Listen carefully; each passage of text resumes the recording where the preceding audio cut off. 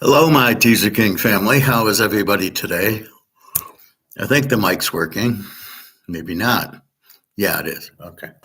Just a little sound test before I get 5 minutes into it and find out the mic's not working.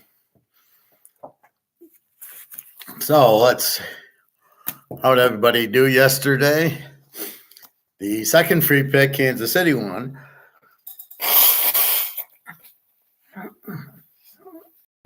It's Denver. The only two losers I had all week were Denver and Dallas. I had Dallas as a dog. Boy, Prescott sucks. And when they don't show up, they don't show up. Denver didn't show up. Dallas didn't show up. What are you going to do? You expect them to play a good game. They were flat from the Philly game. Denver, no idea why they were flat. They looked like they didn't want to be there. Flush down yesterday's. Cleveland 20-17. Had the under in the game, which was 37, so I was under 43.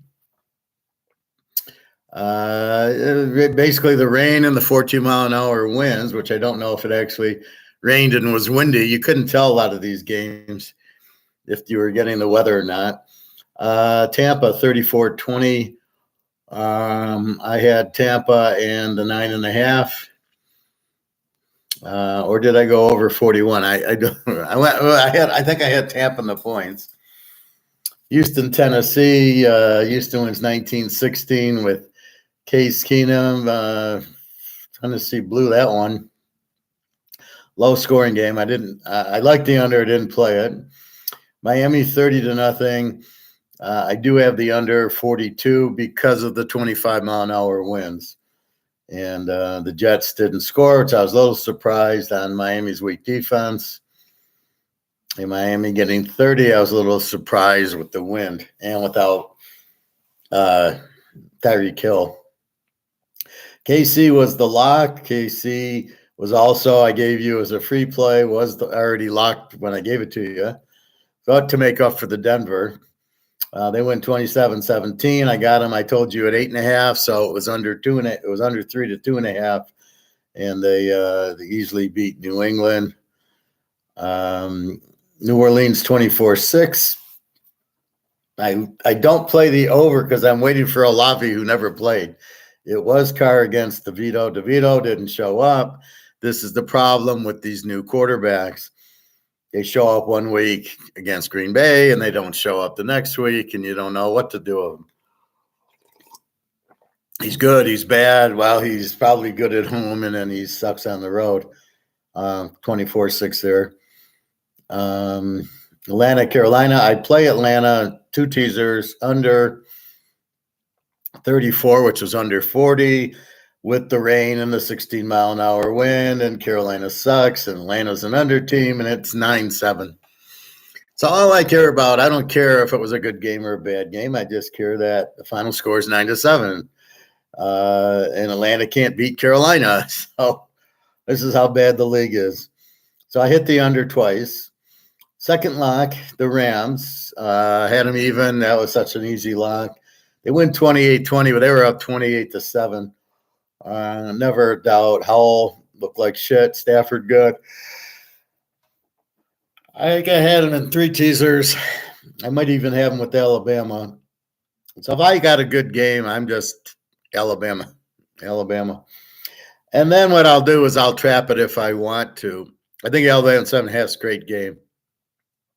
But if I got 10 teasers with Alabama, I'm gonna trap it.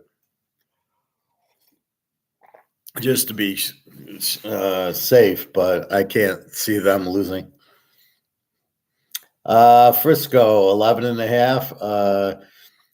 They win 45-29, win by 16. I got a -5. I do have the Niners there. I like the over also. Even though they're such a dominant defense, I knew with the 25 defense of Arizona, they're going to light it up. I told you, I think they'd get 40.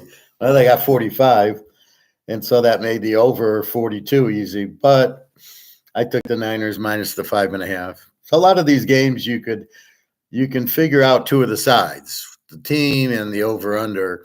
You can usually figure out, and I figured it out in several games. Dallas, Buffalo. Dallas, I like on the under 218 team, so it was an underplay.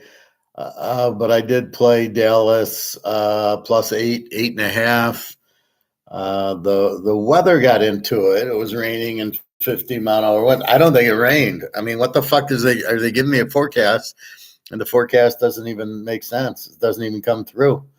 Then I can't rely on the forecast. So Buffalo wins 31-10.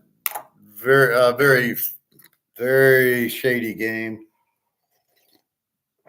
There was a roughing penalty that was a joke. There was a roughing the punter penalty that was a double joke. The guy took a dive. It should have been at worst a 5-yard penalty. The second question is, what the fuck is the Dallas guy doing? He's got the punt blocked, and he jumps at the punter, not at the kick, not in front of the leg. You don't come straight at the punter. You come to an angle. You come in, and then you go for the foot. I don't know, what does this guy jumped into the punter? Like, is this guy, has he ever played football before? So that was a real stupid penalty. They had a terrible roughing the quarterback call. The refs totally fixed this game, as far as I'm concerned. The roughing the passer should never have been called. He didn't. He just touched his chest. Big deal. It's football, and he wasn't really too late. It was maybe a half step. The guy just threw the ball. And then the roughing the punter was an absolute stupidity on his side, but he actually didn't really run into him.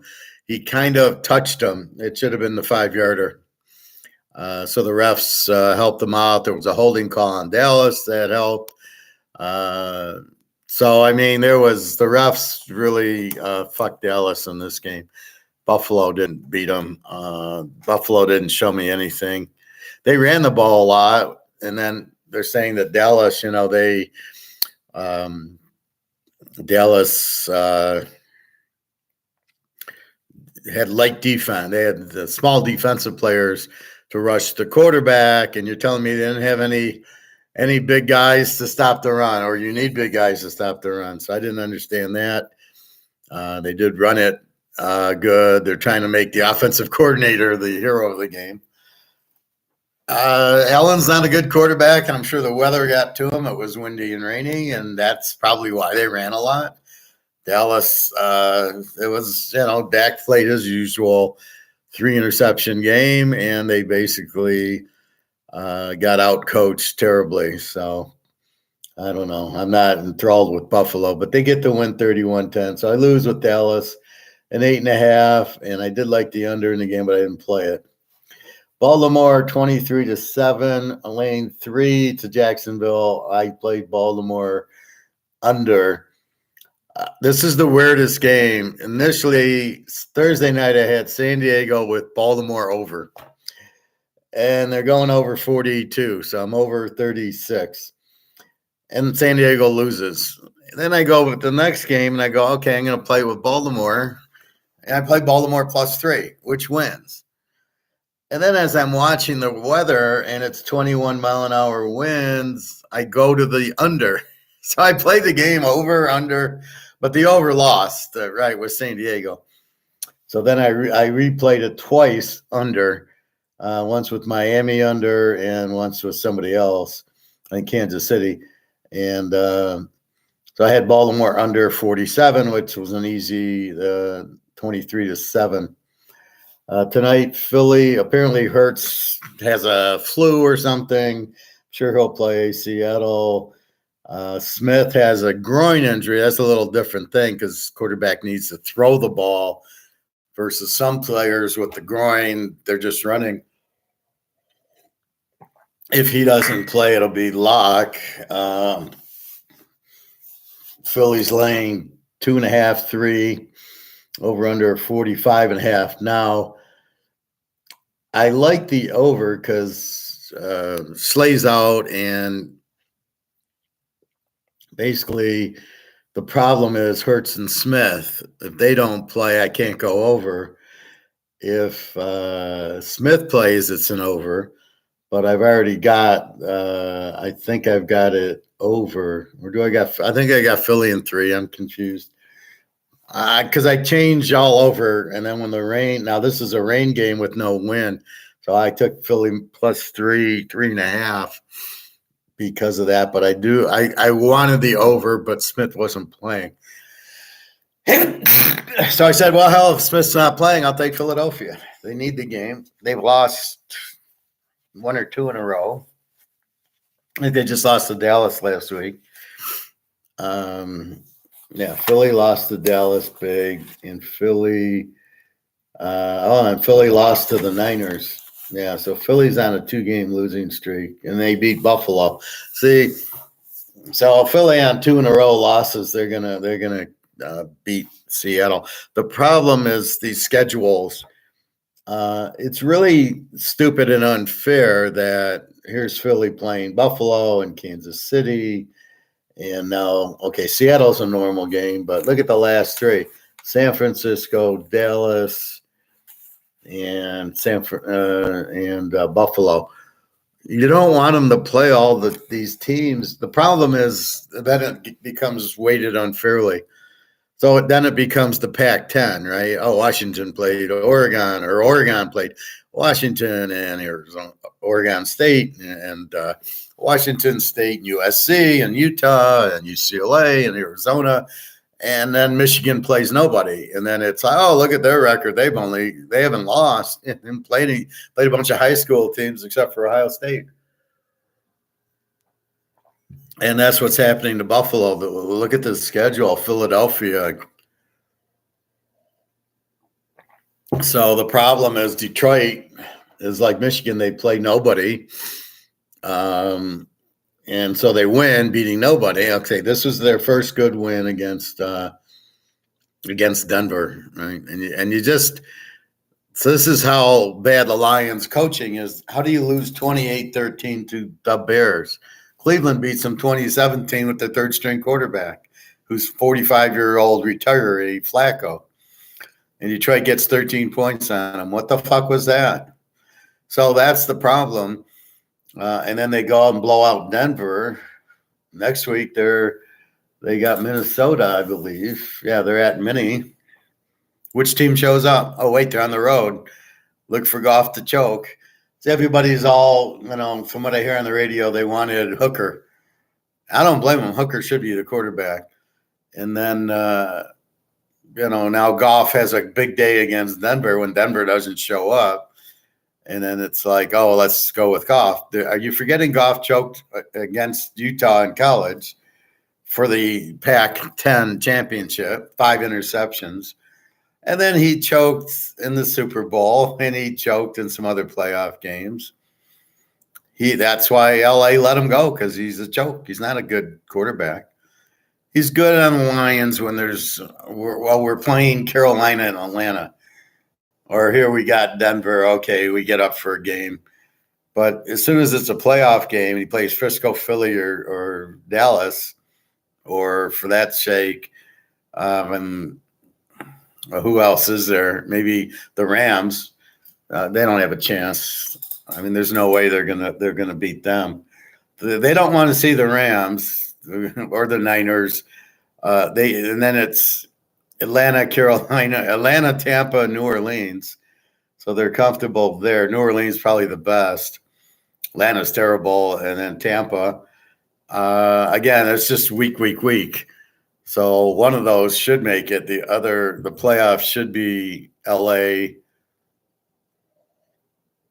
Dallas, and I don't know, Minnesota, Green Bay, or your wild cards. See, they're forcing it. They're having 3 wild cards. You don't have 3 wild card teams. You have maybe 2. You have the Rams and then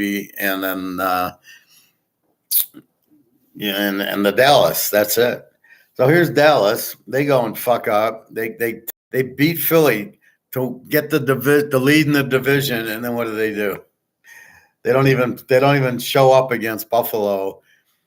This is the point. That was why I liked Dallas, because they should show up against Buffalo. You just beat Philly.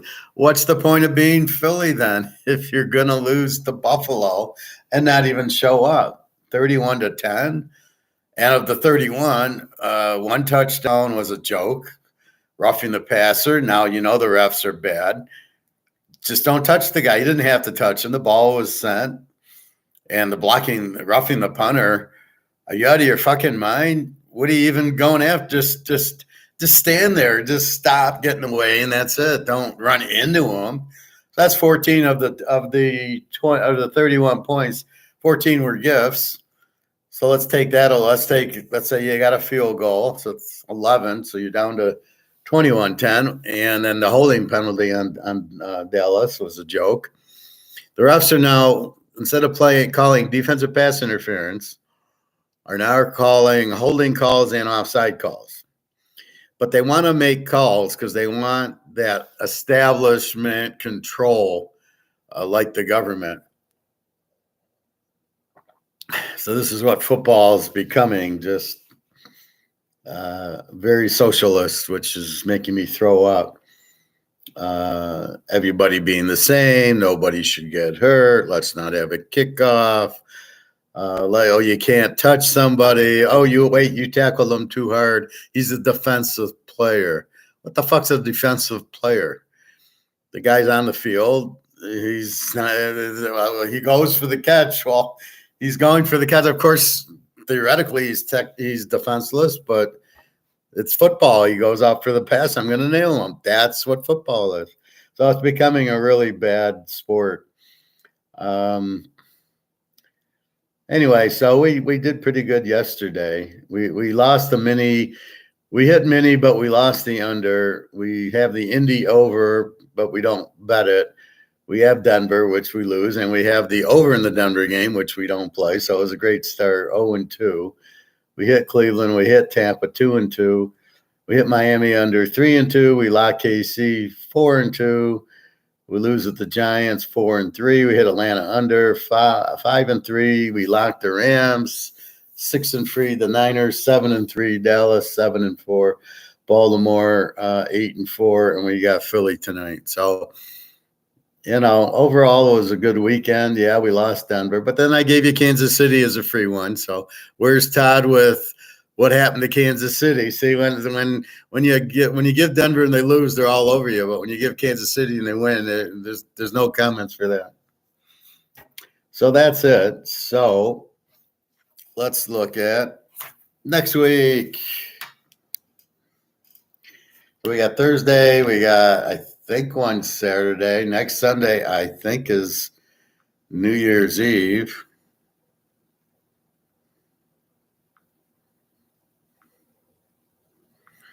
All right, let's get to the line. Then we're going to talk a little Bitcoin today.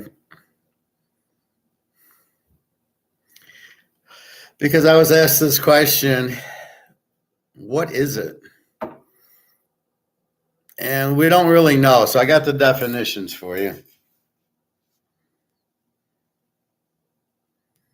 Right now, Philly's 3.5 and 45. As we go to week 16. All right, here's next week. The Rams, -4, 44.5. Rams need the game. Saints need the game. Cincinnati, 2.5, 38.5. I mean, it's strange that they're with Browning and they're 3-point favorites at Pitt with Trubisky. So it's a real strange that Cincinnati's favorite here. I do have Cincinnati favorite, but it's just real strange that you don't have Burrow, you go to Pittsburgh, and you're still favored. That's how bad Trubisky is. Buffalo, 11.5, 42.5 to San Diego. Allen against Dick. I don't understand this line. San Diego, okay, yeah, they lost to Oakland, but we don't look at the last game. And, you don't just, oh, look what happened last week. That's what's going to happen this week. Well, Buffalo's got to travel to San Diego. Are they going to blow them out? I mean, okay, they beat Dallas. They're going to be a little flat. Look at Dallas, Philly. And you just thought Dallas would have beat Buffalo. So they were flat yesterday. Terribly coached, but flat. Buffalo 11.5. Did San Diego quit? Now, I get Sticks in the game, and he's terrible. Maybe Keenan Allen's out. I don't know. Maybe Buffalo is the way. Maybe, they probably will kill him, but it's a high number. This one I don't understand at all. Indy is 1.5, 44.5. All I can think of is Atlanta. You just lost to Carolina. You really suck. Atlanta should be favored. The game's in Atlanta. I don't get why Indy's favored. Green Bay 4.5, 36.5.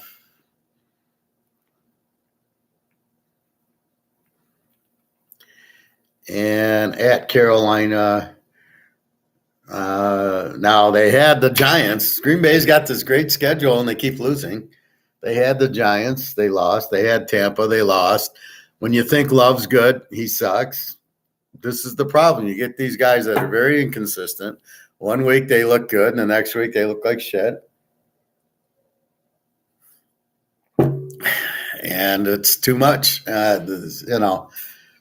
Very hard to predict when that's happening. Now we got Green Bay 4.5. Carolina's terrible. Green Bay, I don't know. Love's so bad. Hard to say right now. Let me digest this. Houston 2.5, 42.5.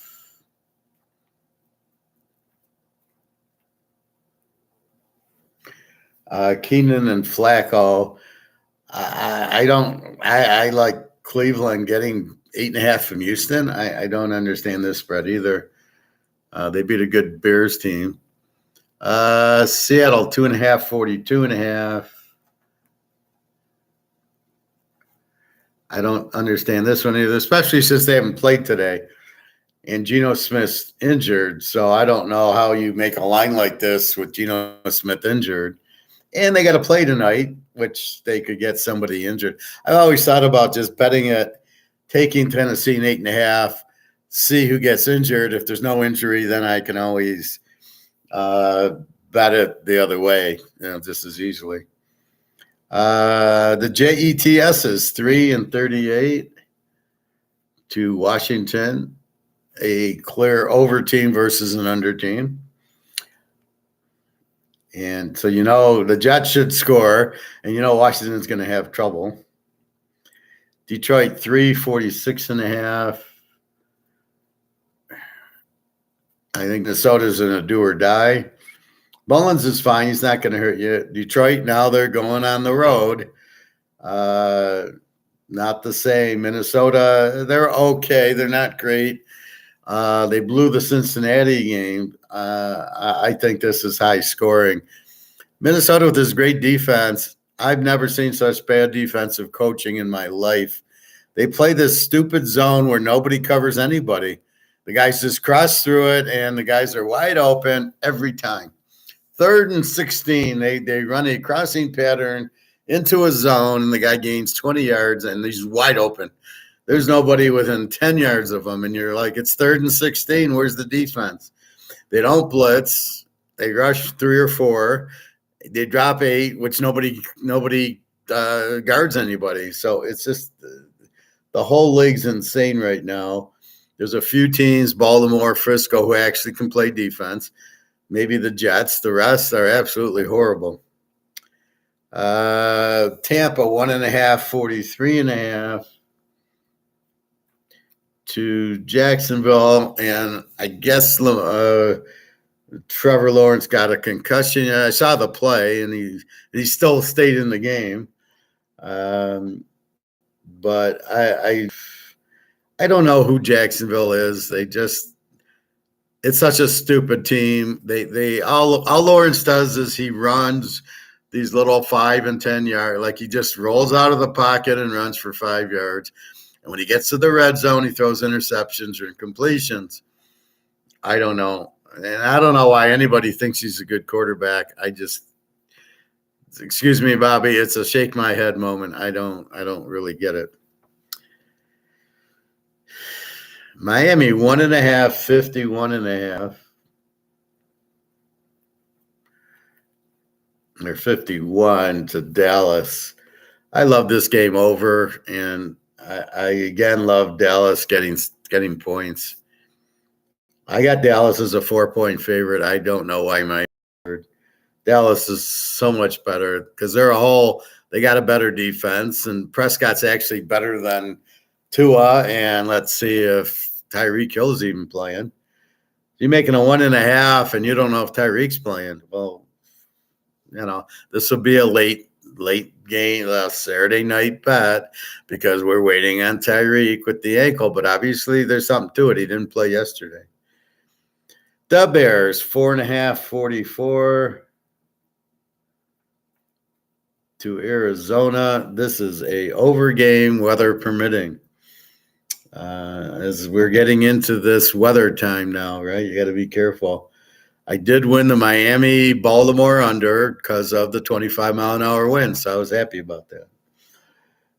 It actually came through. The 25-mile-an-hour winds kept the score down. Although watching the game, you wouldn't have thought that. I mean, the passes were crisp and the kicks were, a couple of field goals by Jacksonville were way wide. I guess the wind doesn't matter when you're kicking 50-yard field goals, right? It's just not a problem. The Bears, Arizona, Denver 634.5 to New England, Zappy and Wilson. Interesting game. Denver, how they lost like that, they still need to win. I'll look for the Kansas City like I did this week. Kansas City lost 2 in a row. They aren't going to lose 3 in a row, and they won. And that's what we're looking for. So we're looking for a good team who's like Philadelphia. I hope they win tonight.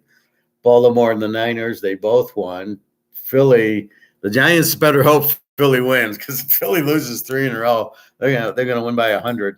KC's now won. Denver looked bad. Dallas looked bad.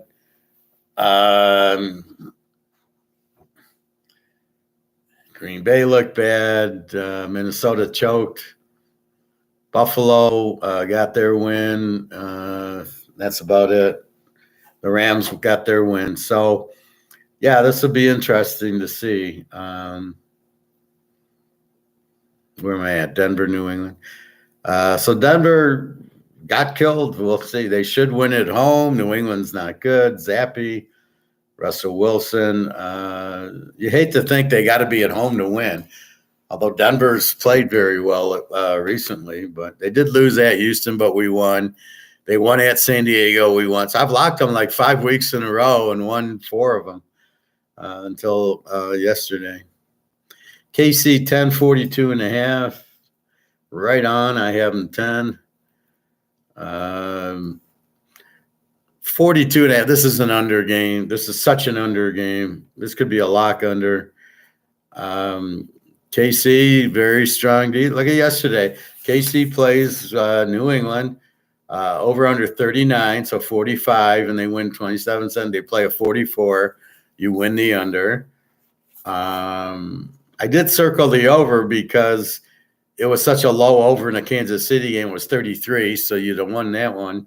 But I ended up taking KC minus 2.5. I'm getting clever. I'm able to pick the game and the over-under. Didn't take the total. I took KC. So if I could get the 2.5, I didn't give a shit about the over, and they easily won. Here, Oakland doesn't score. They won't score, and Kansas City scores a little, and laying 10's a big number. I think I'm much better here going under than I am KC minus 4. Philly 10.5. 44 to the Giants. DeVito and Hurts, maybe. We'll see if Hurts has a flu or whatever the hell he has. Michael Jordan played a championship game with the flu, so I'm not worried that Hurts can't play with a flu. I don't know why they keep calling it an illness. Why don't they just call it a flu or whatever? And don't act like he's not going to play. Everybody plays sick. So we will see. Philly 10. They should kill. Now the Giants are the Phillies having problems defensively. And then I heard today their defensive coordinator is the idiot from New England who was the Lions coach, the big fat guy who's what's his name? I don't know even know why he's on Philly. How did New England that shows you how bad he is. Belichick let him go. But he's going to be the defensive coordinator tonight, which means Seattle is going to have 30 points. I mean, what can I say? Philly, it's very hard to bet them laying 10 with this defense. This defense is terrible. They're a total over team right now. And the Niners are 5.5 in the game of the week, 45 to Baltimore. A versus A, and every time you think, oh, I'm going to bet this under, they're not going to stop the Niners. This should be an interesting game. I love to see them blitz Lamar and just stone them, and I think that's what will happen because these other teams don't blitz them. The Niners will blitz them. The Niners will cover. He's not going to have all day to throw like he does. Oh, we're scared to blitz him. We're scared to put pressure on him. Fuck that. He's just a man. He puts his pants on and one over the other. It's hard to say because Dallas lost, San Francisco won. They now have a 2-game lead on the number 1 seed. Let's see. We hope Philly wins to keep pressure on them, but I think the Niners win here very easily. This is not a game Lamar can win. This is not his going to San Francisco to win is way over Harbaugh's head and way over Lamar's head. This is not Miami. This is not teams without a defense. This is not Jacksonville. This is a real pro team here, the Niners. The Niners win this game. Over under 45. Maybe we go over. Lamar should score a little, while Frisco will go up and down the field and do their thing.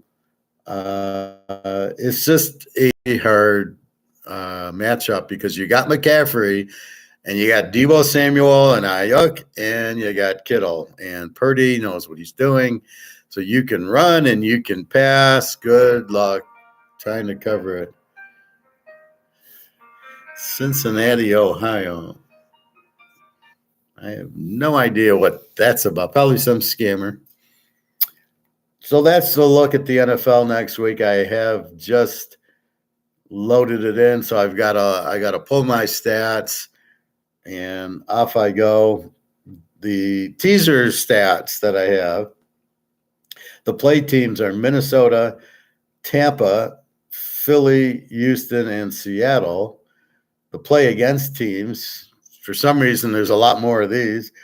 Carolina, Washington, Arizona, New England, San Diego, Kansas City, Chicago, New Orleans, and Atlanta. Another scammer. Chicago, New Orleans, and Atlanta. So we've got 3, 6. We've got 9 bet against teams. And we got 5 bet ons. And now what I'm doing is basically looking at this year. And there's a few 11-1 either on or against. And then I'm looking at last year and this year where it's prudent. I can't really look at Carolina last year because they didn't have Steve Young. But I can look at, Washington's got Howell. Arizona I can kind of look at, but they got a new coach. New England I can look at. San Diego, of course. Kansas City.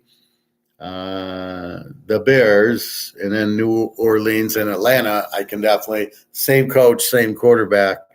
It's the new coach and the new quarterback. So like Carolina, I can't really use as a play against unless it's this year, which I think they're 12-0 against this year, 13-0 or whatever.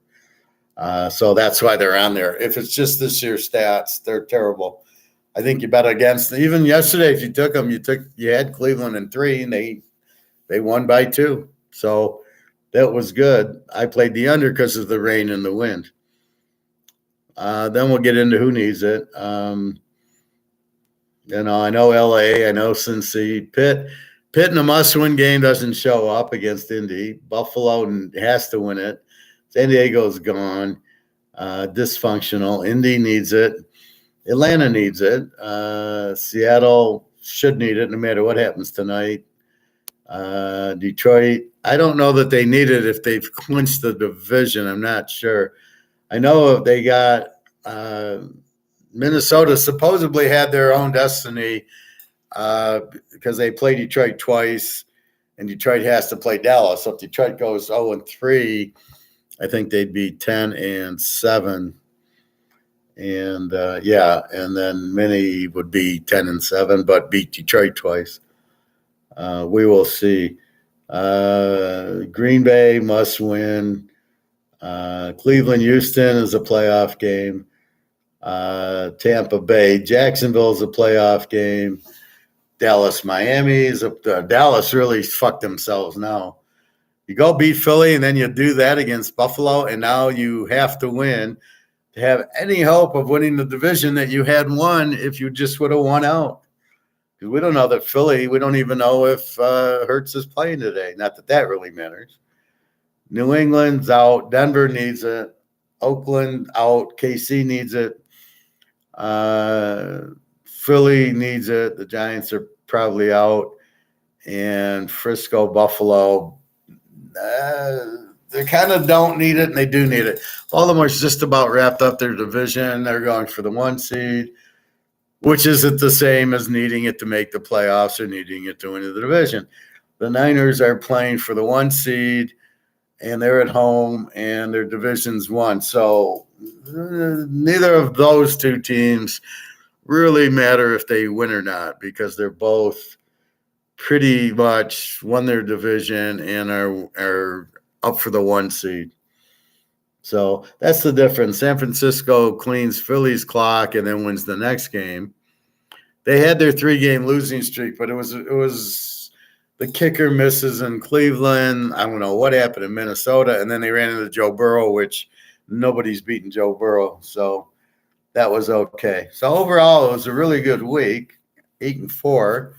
And there was another 4 or 5 that I won with the that I didn't bet because I took Kansas City. I would have won the over or the under. It's fascinating. So that's what we have. Let's look at college.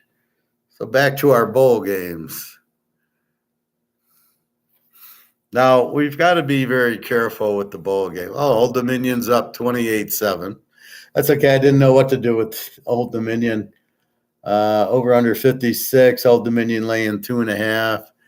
And it's just the second quarter. This game's going over. But Western Kentucky's quarterback wasn't playing. And this is the problem. The quarterback sits out. What do you do with the backup? Do you bet the backup? Do you bet against the backup? Is it over or is it under? Who knows? This is really the problem with bowls when these guys start sitting out. That's why I gave you Alabama. We don't have to fuck around. We know Milrose is playing. We know Nick Saban's going to have him on a high pitch. And we know Michigan chokes in the big games. So that's a whole different animal here. We've got what the hell is going on? You want to donate to the policeman's ball or whatever? I love getting that call. You want to donate to the police? Well, go. That's not how you ask for money. Go to the government and ask for money. They pay you. I don't pay you. So anyway, this is why we go with Alabama. We know they're going to play. Next year it'll be easier because there'll be 6 playoff games. So again, we will go and we know what we've got. That's why, like these championship games in the last month, we were dead on because we knew what we had. And they're playing for the playoff. They're playing for their championship. And then the championship games, they're playing for it, but they don't play the bowl games because they're not in the playoff. Is the stupidest thing I've ever heard in my life. What do you mean? So so USC's not going to play because they can't win the championship. But well, they never could before. Michigan played in the Rose Bowl. They couldn't win. Ohio State beat them, right? So if Ohio State beat Michigan, Michigan goes to the Rose Bowl, let's say, or even if Michigan beat Ohio State, Michigan goes to the Rose Bowl. I know Ohio State went to the Rose Bowl 4 times in a row with Archie Griffin in the 70s. You think they weren't going to play? Now, I know on a few occasions it didn't mean anything.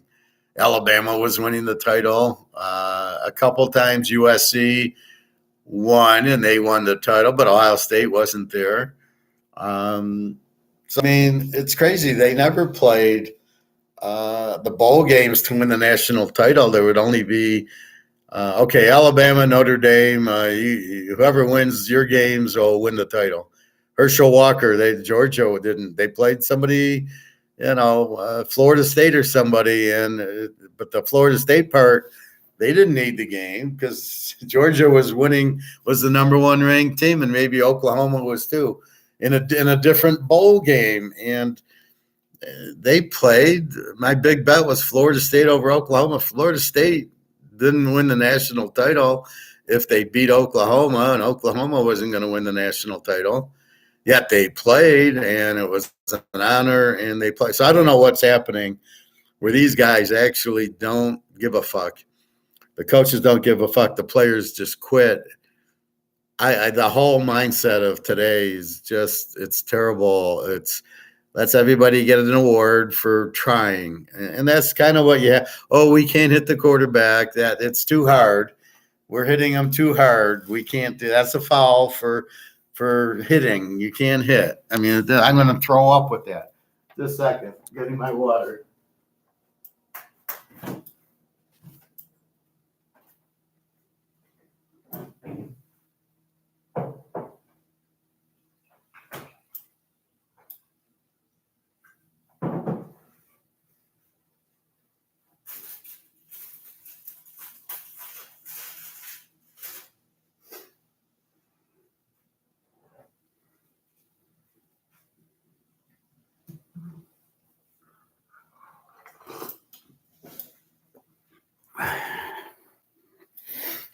All right, so let's play optical illusion.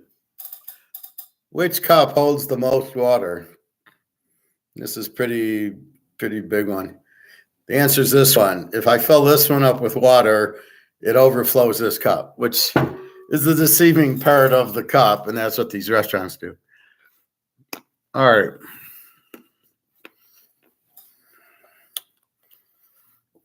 Let's check our gold, and then we'll get into college.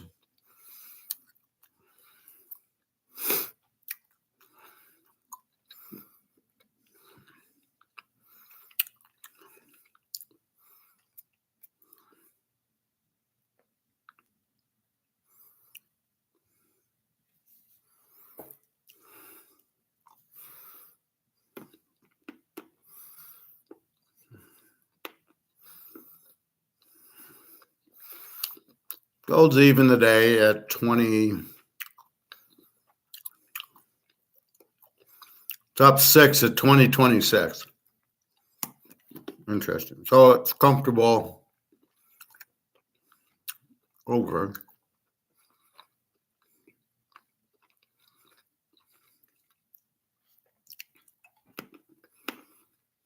All right. So let's Old Dominion's up already. So let's go to tomorrow's game. We got UTSA against Marshall. Frank Harris is playing. Marshall starting this. Pennington. Never heard of him. Except for Chad Pennington, but it's not him.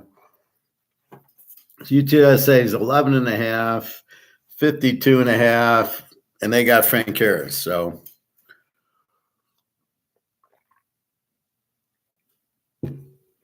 we've all heard of Frank Harris. and we will see. Do we want to bet UTSA? You got a new quarterback. How do you bet over or under? How do you know if he's good or not? This is the problem.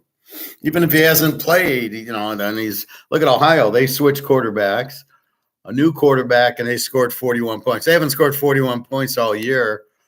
Probably in 2 or 3 games total, they didn't get 41. They're an under team who gives up 15 a game, and they score 41. So what do you do with this, right? This is the nightmare. How do I pick bowls when I got a new quarterback that I don't know what the fuck? And if he's so good, why is he the third string quarterback? Why isn't he the starter? All right. Syracuse, 2.5, 56.5. Wow, this really dropped. This is in Florida. And there was a lot of wind yesterday there. So maybe there's a lot of wind there today. I'll need to check a weather map. But the line did drop from 61 to 56, which is usually indicated by the weather. Because Syracuse, I think it went from 3.5 to 2.5.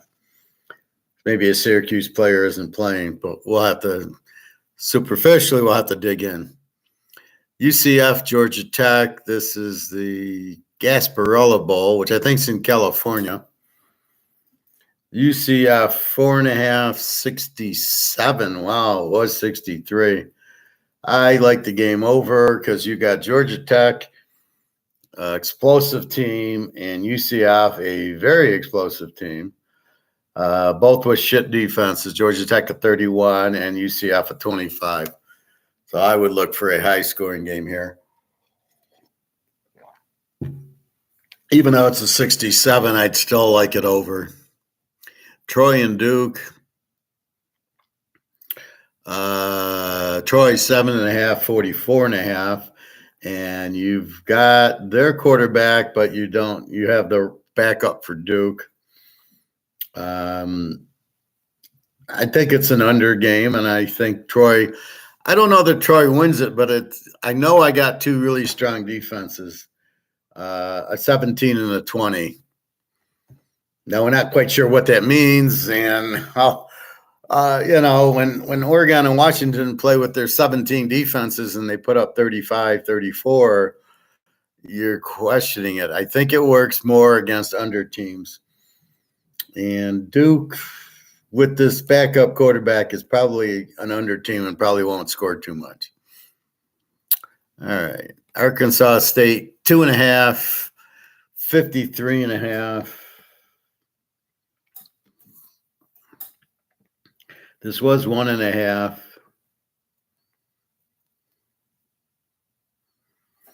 And 52.5. So it went up a little bit. Arkansas State's the better team. They're the over team.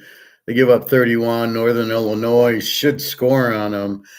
I think this game goes over versus under. Even though Northern Illinois's got a 21, again, it's a MAC defense. So let's look at the MAC games. Miami had a 16 defense against App State, but it was pouring rain, so that you can't really go with the points there. And then Georgia Southern and Ohio. Georgia Southern scored 21. That's about right on that. That game actually played perfectly. 30 defense, Georgia Southern. Ohio got 41. It's just because of the backup quarterback. All right. James Madison, 2.5, 41.5. To my Air Force. And James Madison will be starting a new quarterback. Learier for Air Force is still questionable. He's their starter. The backup's been out there. 2 outstanding defenses. We got two 18s.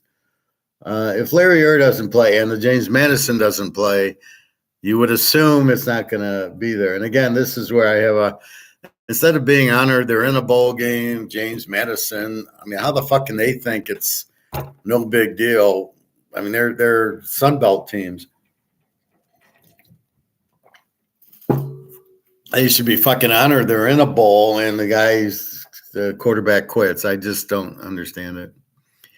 Utah State 3.5, 61, up from 1.5. My guess is the quarterback from Utah State will play. Georgia State's terrible. They're a W. 30 defense. Utah State over with the 34. 61 that stayed. So I like Utah State here. Georgia State's just a mess. Southern Alabama 16.5, 46.5. Questionable is Southern Alabama's quarterback. Eastern has a new quarterback. Uglia Buglia's brother. Never. I laughed at the name of who the hell is this guy? So South Alabama's a much better team. We'll see, but they need their quarterback. Utah 6.5, 41. New quarterback for Utah.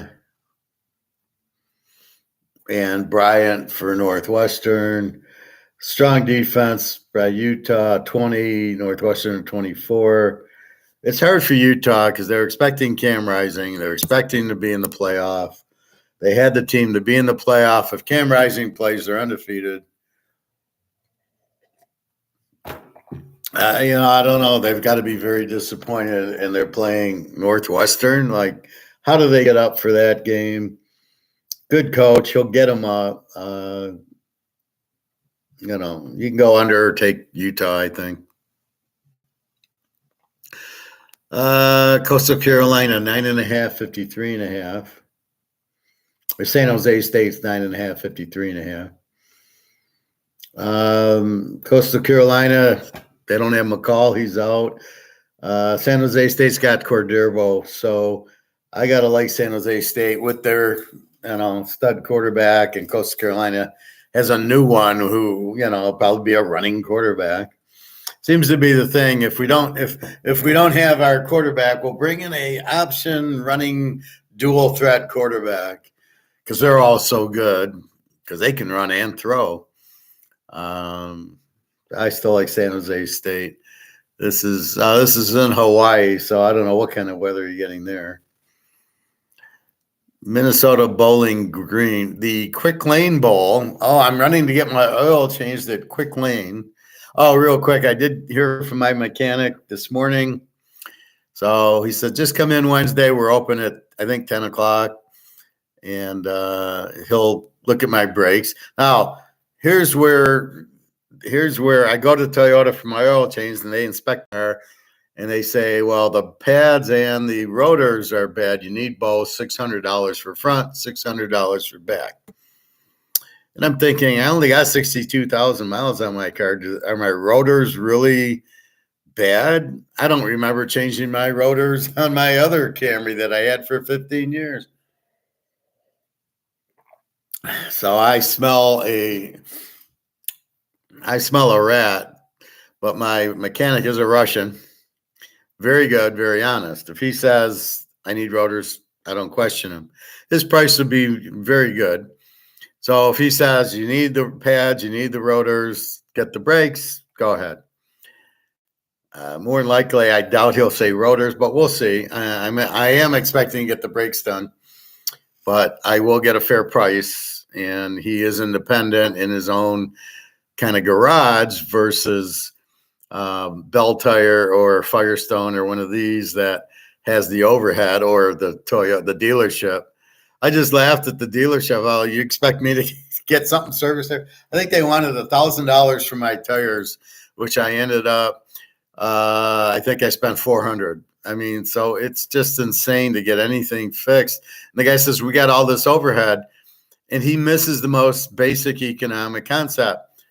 You have competition. You have these other places that will do brakes cheaper. That's not your overhead is not, you're not competitive. And this is the part they miss. It's not about your overhead. You're selling cars here. Your mechanics are way too expensive, and you're not competitive in the marketplace. So nobody wants to come and get their car fixed here. Just the maintenance part of it that you pay for, but otherwise, I'm going to go to my mechanic and get brakes put on. I mean, why would I come to you? He's competitive in the marketplace. You don't even know what the marketplace is. You like how I throw a little economics in the middle of football. All right. I saw a quick lane bowl. I had to tell that story. That was this morning. So Wednesday morning, I might be a little late Wednesday. I'll go there at 10 o'clock, I think. And then depending, I might, if it's pretty quick, I will maybe go to the pool. If it's a little bit later, I will come do our class and then go to the pool. I don't care if I go to the pool in the evening because I can't go to the lake, so I don't mind it. All right, Minnesota 4.5, 38.5. To Bowling Green, new quarterback for Minnesota. Who the hell knows? The other one sucked. So if you had a really good quarterback, why didn't you play him? That's always my thought. Like, well, how good can this guy be if you didn't use him? Are you blind to this guy being good? So I think he sucks. 27 defense mini. Bowling Green with the 24. I don't know. I guess I like Bowling Green and 10.5 because Minnesota's absolutely sucks. And Bowling Green's decent. So let's look at Bowling Green's last 5. How about that? Can they beat Minnesota? Bowling Green 7-5 overall, 3-2 in the MAC. They beat Western 34-10, played Toledo 32-31, beat the Z team Kent State 49-19, beat Ball State 24-21, beat the Z team Akron 41-14, beat a good Buffalo team. Miami of Ohio was the best team. Georgia, now, okay, they beat Georgia fucking Tech 38-27.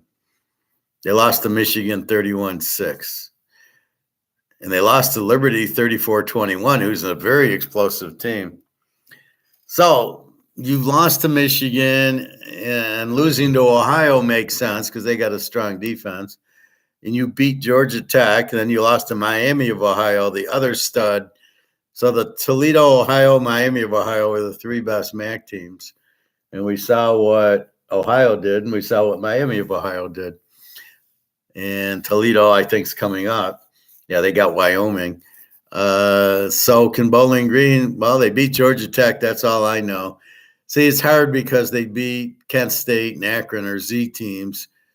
Ball State 24-21. They played Toledo good and Western good. So, yeah, I have a strong they can definitely handle Minnesota. So go Bowling Green, beat Navy. There you go. 10.5. Yeah, okay. I'm buying it. Texas State 4.5 and 60 to Rice. And this game is at the First Responder Bowl. Where's this going to be, on the moon? We'll start going to different planets because the people there. I'm in Germany, right? And I'm in the hotel, and they have the bar and the big screens, and they're showing soccer. And I go, and today, I think that was Saturday, and I says, are you going to show American football? And he said, there's no interest in it here. Nobody cares about it. And I'm thinking, well, you just had 2 games in Frankfurt, and, well, why are they having games in Germany if nobody cared about it? So it's pretty ironic because nobody gives a shit about American football there. They only care about soccer. And yet we're running over there to have 2 games and nobody gives a shit. So it's like electric cars. You got a bunch of, what is the point? Why don't we just play in Russia? I mean, they won't even understand it. None of them speak English. They won't know what the fuck. Anyway, Texas State, 4.5, 16.5. I love the over here. Texas State, they're both over teams. 33 defense for Texas State, 27 for Rice. The quarterback for Texas State's playing, and Rice's backup's playing because their regular is injured, and he played the last 3 games. So you're going to have high scoring in that one. Kansas and Vegas. Love my Kansas team. Laying 12.5, 64.5. Total over game. Kansas puts up 40 points, gives up 26. Vegas over team puts up 40, gives up 27. Played an over with Boise for the championship. Kansas is going to score 50 points in the game. So it's either go over or just take Kansas. But their starters questionable, but I like the backup better being anyway. VTech and Tulane. VTech 9.5, up from 7.5. And I noticed that the Tulane quarterback is not playing. I see the backup, Bryn. I don't know why Bryn's sitting out. Kind of stupid. This is the Military Bowl presented by Go Bowling. What is Go Bowling? VTAC 9.5, 45.5. I don't know. Now, if you don't have Tulane's quarterback, makes it who the hell knows. But apparently VTech's quarterback, pretty good team. Tulane's a very good team. See, you would think Tulane would want to play and say, look, we beat Virginia Tech. I don't understand them not showing up for the game, but apparently they're not going to show up. North Carolina, Virginia, North Carolina. Drake May is out.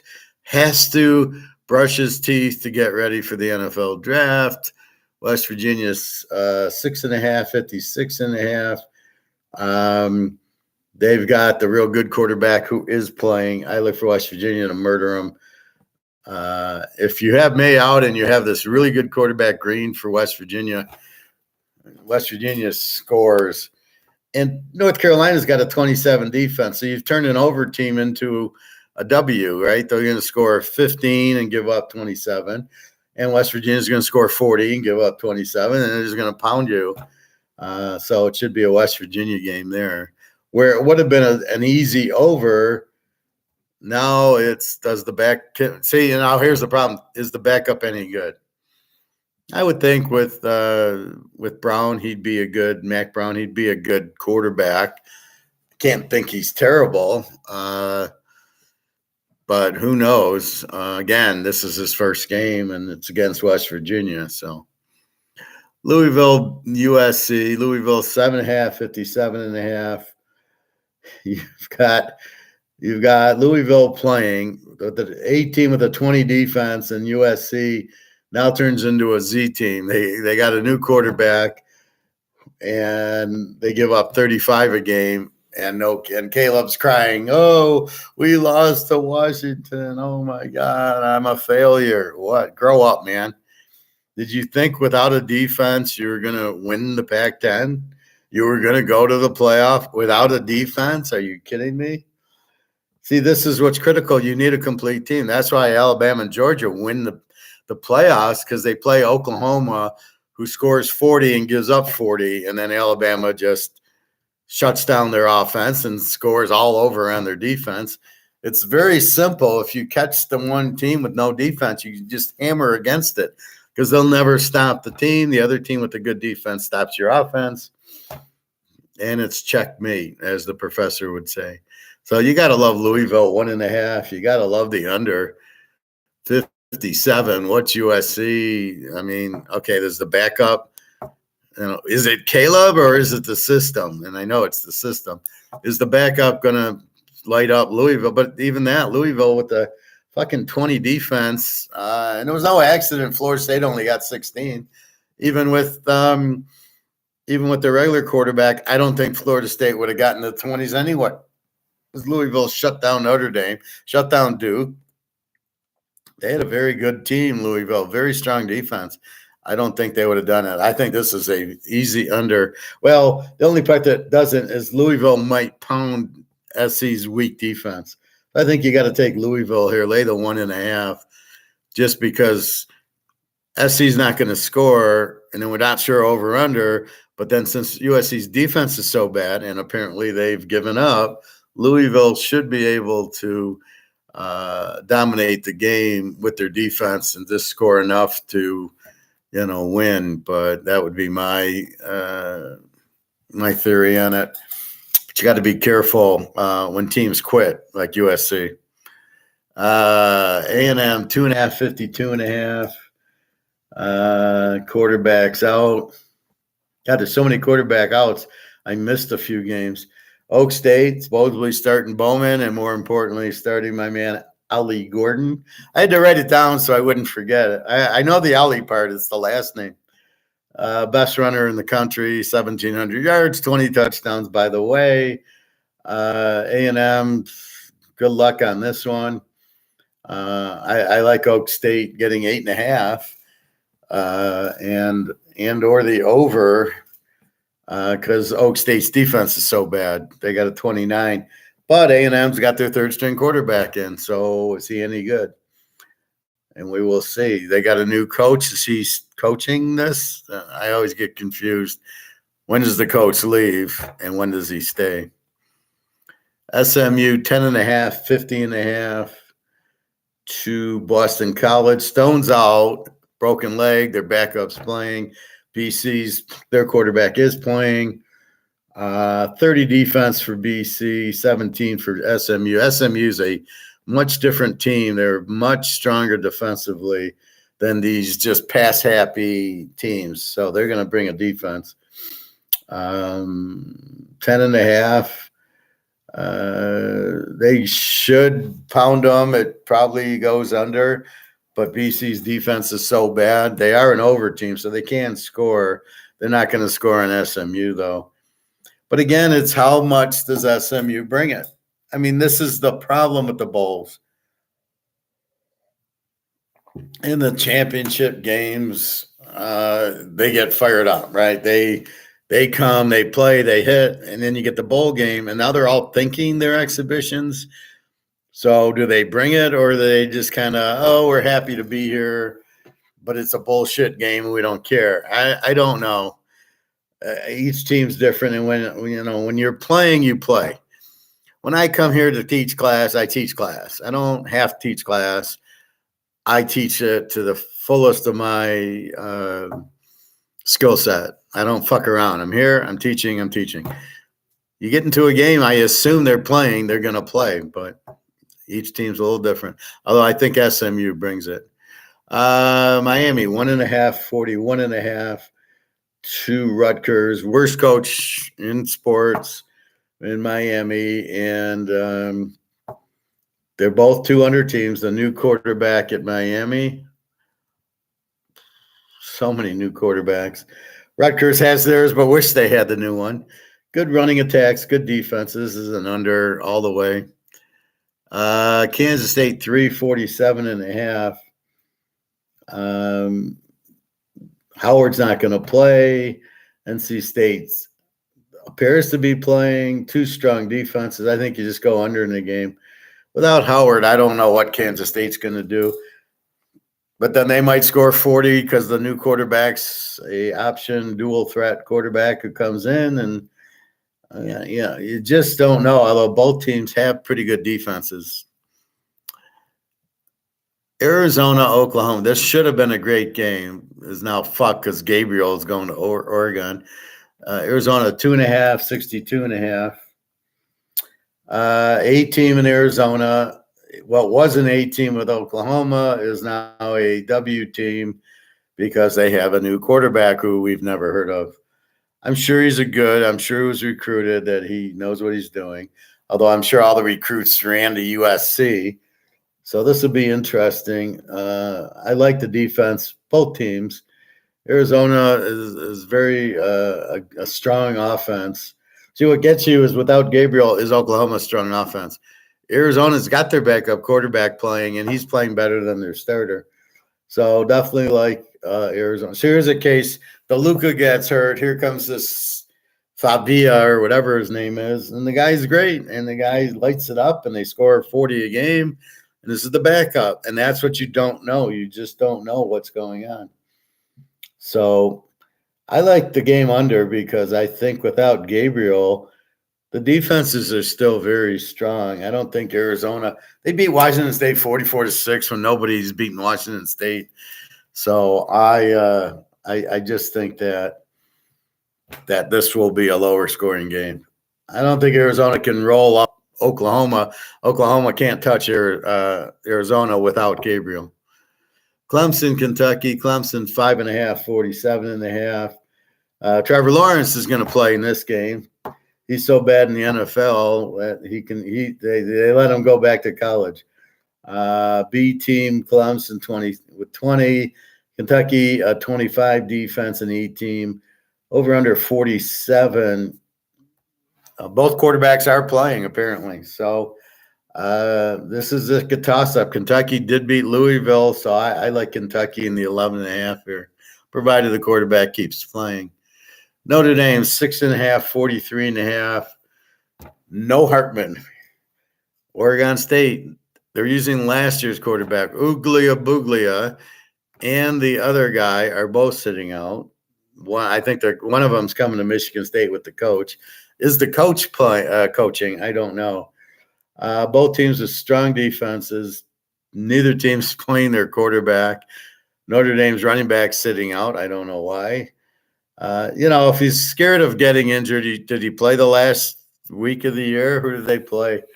Notre Dame, Stanford. Why did he play in that game? Could have got hurt in that game. Stanford. This is the whole hypocrisy of it. They beat Stanford 56-23. Why did they play? They weren't going to the playoffs. They could have got hurt in that. So why is that game not as important to get hurt in as this game? Why is this game looked at as an exhibition? The other game looked at as regular season. I don't. Or you could be like the Ohio State guys, both the Bozas and the receiver Smith Najimbi, who sucks. Why are they all? They sit out the whole year. They're even smarter. They just sit out. They don't play. I'm getting real tired of it. I'm gonna have to lay the smack down and give them the people's elbow soon. That's just fucking ridiculous. All right, so this game's an under. I mean, you have no quarterback, you have no running back. Oregon State's running back, I think, is going to try to play Martinez. 16 defense and a 21. Even when they had Hartman, they couldn't score. So I like the game under 44-50. Memphis, Iowa State 9.5, 57.5. Both starting quarterback, Hennigan and Brock, are scheduled. Memphis, the over team, score a lot, no defense. Iowa State, we know how good their defense is. They got a new quarterback who's not too bad. He'll be really good next year. I don't know. It's almost an over, which I hate to say in an Iowa State game, but I think Memphis scores, and I think Iowa State's going to light it up because their defense sucks. So I think you will get some scoring here. Missouri, Ohio State, confusion. Missouri 2.5, 48.5. I get that Ohio State's quarterback's not playing. He wasn't very good anyway. I'm sure the backup can play. Hey, Garrett, Greg, John. I'm sure the backup's okay. Let's go back a few years when the third stringer won the national title, beating Alabama. So I'm sure the backup quarterback at Ohio State can play. Why they stuck with the guy, I have no idea. The guy's transferring. Probably, I guess, you lost to Michigan. Get the hell out of here. You lose to Michigan, you're not worth it. Get out. You better take the transfer portal. I'm sure that conversation went on after the Michigan game. It was a bad interception you threw at the end. We could have won the game. Get out of here. Go on the Lions. Get out of here. So I assume that happened. This is very difficult. I like Missouri as the dog in this game. They're a very good team. Their quarterback is playing. Cooks, very good. First round draft pick. They're laying to Ohio State with a 10 defense and no offense turns into Iowa.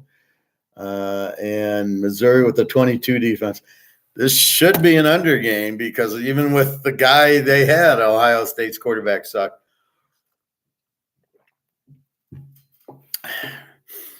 Marvin Harrison, is he really going to play? At the end of the day, is he going to play? And why would he play, right? So I like Missouri, but I can't play them as a favorite against Ohio State. Sorry, it's not going to work. Too much talent on Ohio State. You either take Ohio State, hoping the backup quarterback's good, or you go with the. I think I go with the under in this game. Hey, Todd. Yeah, it's yeah. Well, we won a couple of them. The Cal UCLA were surprising, but we hit the App State. We got lucky in the rain. They still won, and the New Mexico State game went over. I gave you Kansas City yesterday, so I want my thank you for that. You got me for Denver, so I want the props for the Kansas City free pick.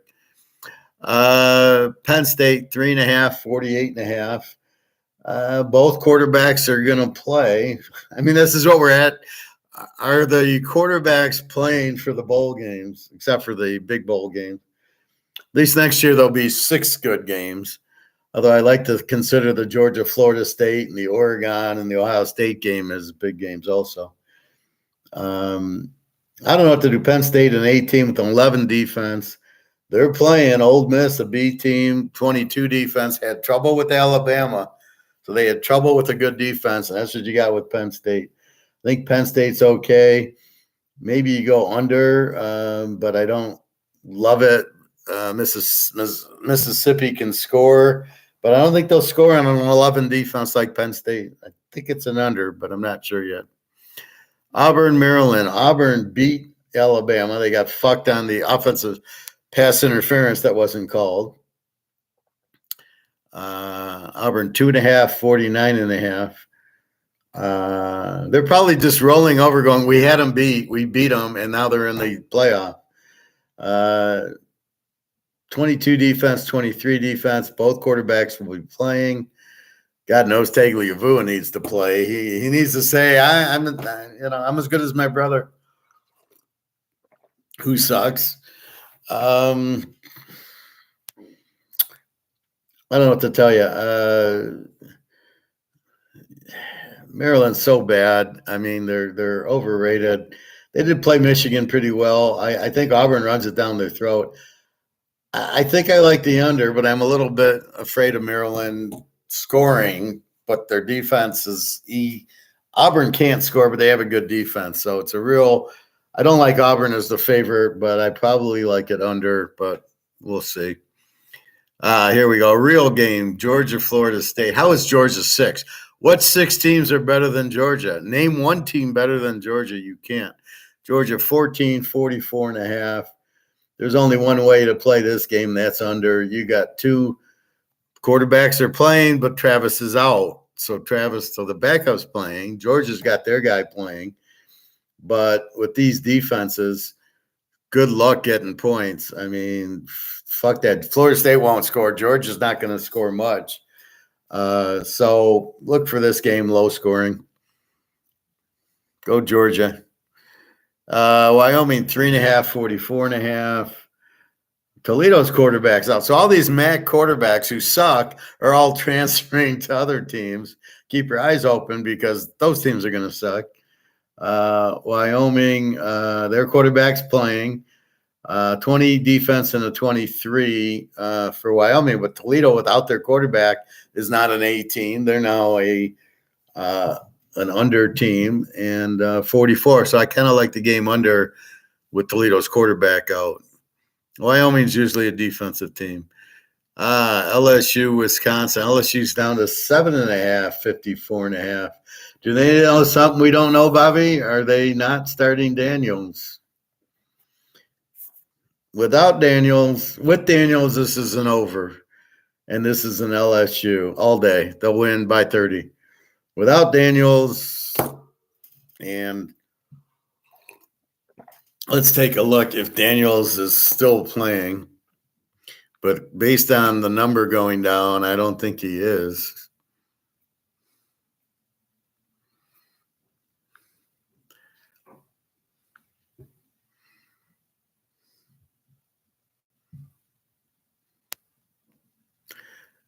Daniels is in the trend. He's not playing. Well, there you go. And that's what you could look at the point spread to tell you, which sucks because they'd have killed Wisconsin. See, there's where it gets difficult. What you would have had an easy bet now becomes who's LSU's backup, which we have no idea. Let's see.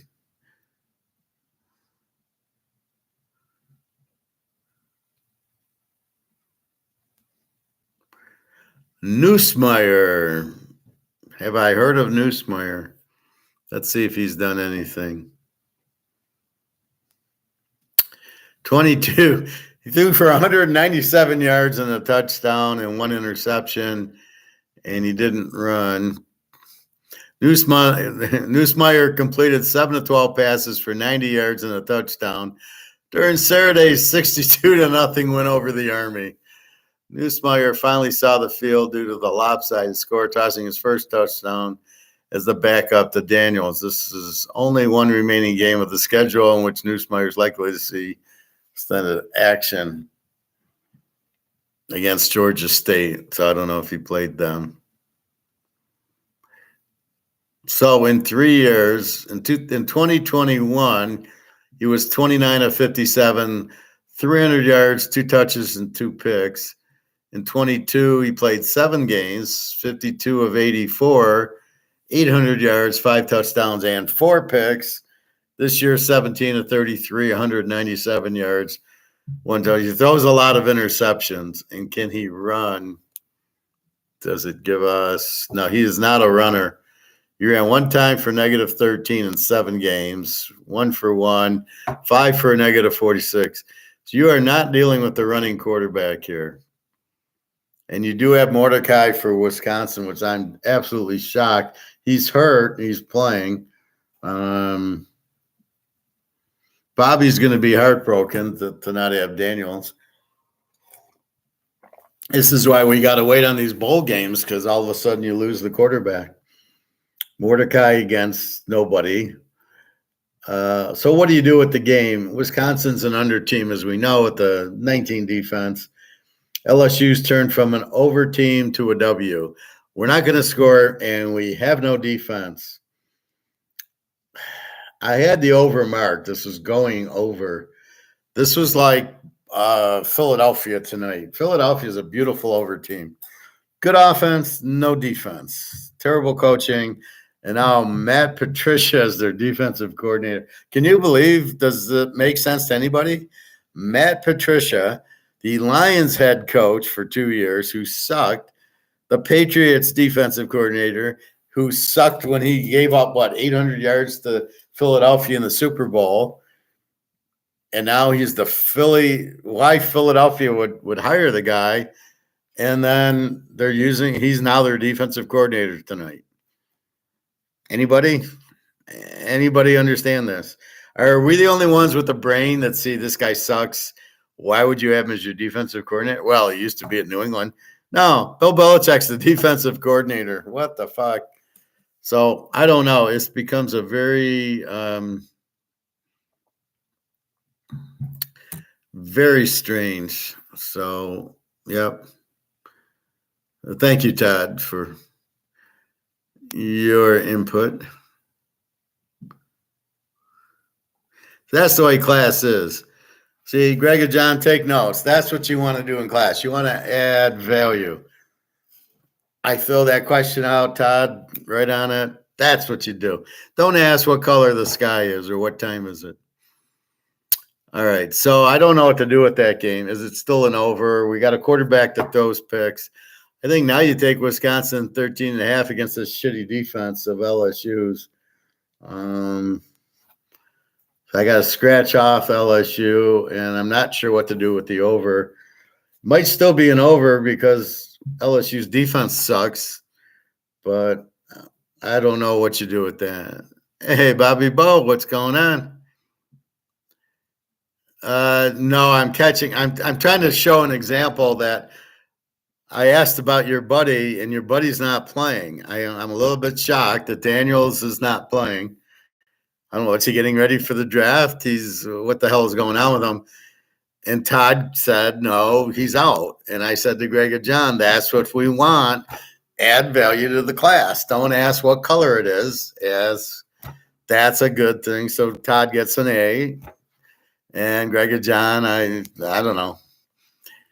Your buddy's not quarterbacking. He's sitting out. He has to get his toenails done for the NFL draft.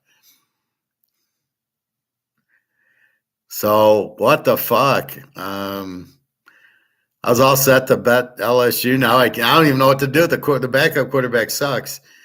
He's thrown like 2 passes and then 2 interceptions. Their defense sucks, so you can't. Wisconsin's got the better defense, and Mordecai, the runner. I don't know. I think Wisconsin's a good bet with 13.5. If I don't have Daniels to worry about. Tennessee 7.5, 36.5 against terrible Iowa with a 13 defense. Tennessee's a 22 defense. Over under 36.5. I think this is another under game for Iowa, 42.5. Just because I don't think Iowa's going to score, and they held Michigan to 26. Where's this game at? The Citrus Bowl. All right, that's in Florida. But how's Iowa going to score? And Tennessee's got a good defense. I remember watching one of those, I think the Alabama game. They held Alabama really close. I think Tennessee wins, though, laying the 1. Get his toenails done. Well, why else is he not playing? Well, he's the reason that LSU's a good team. Now, my thought, Bobby, yeah, that 12-team playoff couldn't come soon enough because this opt-out BS is killing all these games. Caleb, Daniels, Hartman, the list goes on. It's ridiculous. Exactly. 20-9 Tennessee. Yeah, that's against Iowa. That's about all they're going to score. They'll get a few touchdowns. They'll barely get some touchdowns, but Iowa won't do shit. The only way Iowa's going to score is on a defensive touchdown. I agree with you, Bobby. It makes no sense. Now, my thought is if I'm the Lions, I trade Goff and somebody else to see. And here's the problem. Is Carolina going to get rid of Steve Young, who was the number 1 pick last year, to get Daniels or Caleb or Penix or Nix? They're all much better than Young, but what are they going to do? They won't admit they're wrong. They're like the government. We're not wrong, so they won't. So who's got the first pick? Carolina. San Diego's got Herbert. They're not going to get rid of him. Washington, they need a quarterback. God knows the Giants need one with Danny DeVito. The Jets, I don't know. They got Aaron Rodgers. And I'll tell you, Zach Wilson was not bad at BYU, so you would think he would have been good. I think it's the offensive coordinator. So if we get into the pros, I mean, if we look at the Z teams, so Cincinnati's got Burrow. Pittsburgh needs a quarterback. Buffalo and San Diego don't. Indy, well, they got Richardson. He's better than Bo Nix. Atlanta, God knows they need a quarterback, but they're winning too many games. Seattle needs a quarterback. Tennessee needs a quarterback.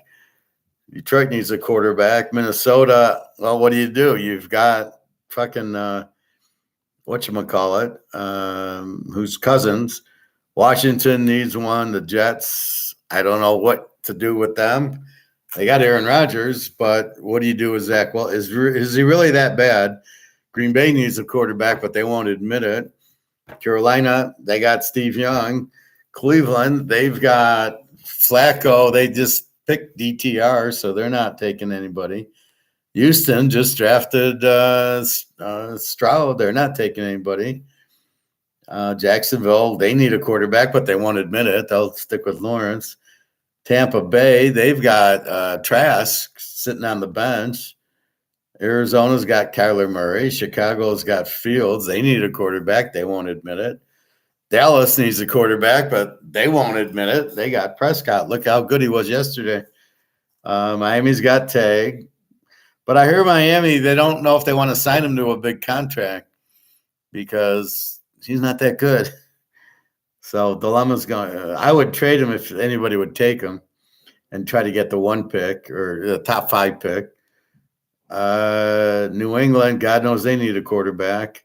Denver's got Russell Wilson. Oakland needs a quarterback, even though they just got O'Connell. KC's got Mahomes. The Giants, Danny DeVito, as much as we like him, they need a quarterback.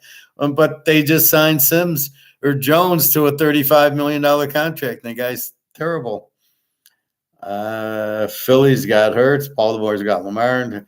So there's about a half dozen teams that really need the quarterback, and you've got 15 stud quarterbacks coming out. Teams have to realize, like Chicago, they have to realize Fields sucks, but they won't. And Atlanta, Ritter, he sucks, but they won't real. I mean, Herbert came right in and looked good. It's not like he needed 2 years. Love been sitting on the bench 2 years. He had a good game yesterday, getting killed by Tampa at home after losing to the Giants because he looked like shit. So, how long is Atlanta going to stick with Riddler in Green Bay with Love when you've got Daniels and Caleb and Nix and Penix and Hartman? How long are you going to stick with these losers? I mean, this is what just, it kills you. I don't get it. All right. Liberty, Oregon. Bo Nix looks like he's playing. They're laying 17.5, 56. They're 65. What am I getting? Epileptic in my old age? 17.5, 65. Liberty is a very explosive 45-point team with the 23 defense. Oregon, we know all about. But what can they do? See, Georgia, Florida State should be the 3rd playoff game, and Oregon, Ohio State should be the 4th playoff. Oregon's getting totally screwed here. They are a playoff team, just like Georgia. They can beat anybody. They can beat half the NFL, and they lost to Washington, and now they're not even in as a joke. So I don't know. Why are they laying 17? Are they all going to try? They're going to show, look how good we are. Liberty's explosive, but when Oregon plays defense, it don't matter. You're not going to score on them. So this should be an over, but I'm totally afraid of Oregon's defense to play them over. Todd. I heard that they were thinking of starting him. I guess they don't like Trubisky. He's such a good quarterback. He was drafted like 5th by the Bears. This shows you how retarded the GMs are.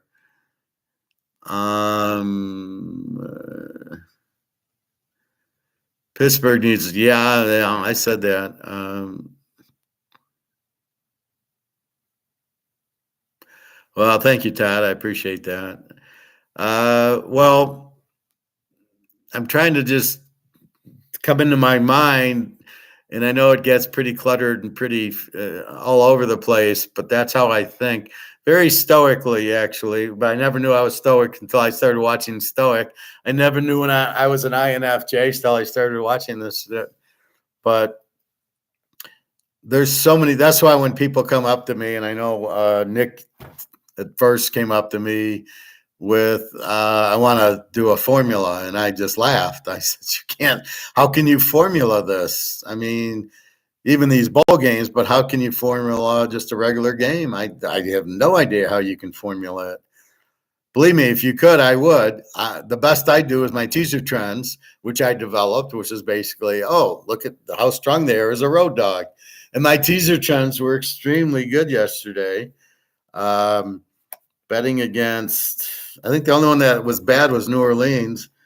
My teaser trends, it was Philadelphia is a huge teaser trend today as far as like they're 14-1 in a teaser or whatever.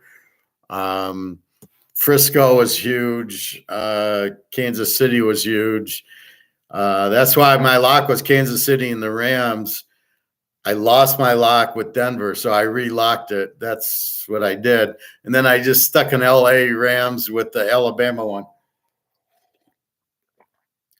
And that's I loved the Rams yesterday, and then Kansas City. Just there was no way they were losing 3 in a row to New England. Tonight, Philly would be a lock over if I got my quarterbacks. Hurts is questionable, and so is Geno Smith. If they both play, this is a lock over, especially with the new defensive coordinator for Philadelphia, the fucking idiot from New England, and he coached Detroit, Patricia. How can Matt Patricia be the defensive coordinator for Philadelphia? How did he leave New England? Nobody heard he left New England, and Philadelphia has given up a bunch of points, but they're pretty good teams, Dallas and that, and then it's like a nightmare. Oh, Matt Patricia, the guy who doesn't know what 2 + 2 is the defensive coordinator. I love the over, but I don't have a quarterback. Maybe Drew Lock. I don't know. Hurts apparently is ill, so I don't know if it's COVID or a virus. I think they're getting COVID, and they're not calling it COVID. They're just saying illness. But they've learned their lesson with the COVID crap. But he's sick. Apparently, he took a different airplane. Hurts. I can't imagine him not playing. He'll pull a Jordan. Jordan played that one championship game with the flu, and he scored like 50 points. So I can't imagine Hurts not playing, although I don't think he wants to get the rest of the team sick. I mean, he took a separate airplane. That's insane. Bobby Bow. Yeah, we appreciate Professor here. Those communists at the pool are ungrateful bastards. You tell them, Bobby. If I got to lay the smackdown on one more guy at the pool or give him the people's elbow, they're going to regret it. But going early, I don't see as many people at the hot tub, fortunately. I mean, I'm there like 11 o'clock, and the pool's pretty quiet. And the hot tub, it's a couple of old people, and I just ignore them like they're not there. Like, what am I going to tell a 70-year-old guy? Like, buy gold? Like, if he doesn't know by now, he's fucked anyway. All right, now we're getting to the cream. We've got Michigan still 1.5, 45.5. This game's actually at the Rose Bowl. Okay. So it's a 5 o'clock start, New Year's Day. Why do they waste time with these playoff games on New Year's Day? They're going to get action anyway. Why not just have regular games New Year's Day and just have these on a Saturday or something? It's really stupid. Anyway, Michigan 1.5, 45.5. I have not thought of the total. I've only thought of Alabama plus 7.5, and I'm just thanking God that I can get Alabama as a dog. Now, I did the same thing with Denver, and we hope for a different outcome. But there's a point when you just have to play what logic tells you. Alabama beat Georgia, and I can get 7.5 from a Michigan team who didn't play anybody the whole year. So we don't know how good they are. All right, let's say they're good. They're not Georgia good.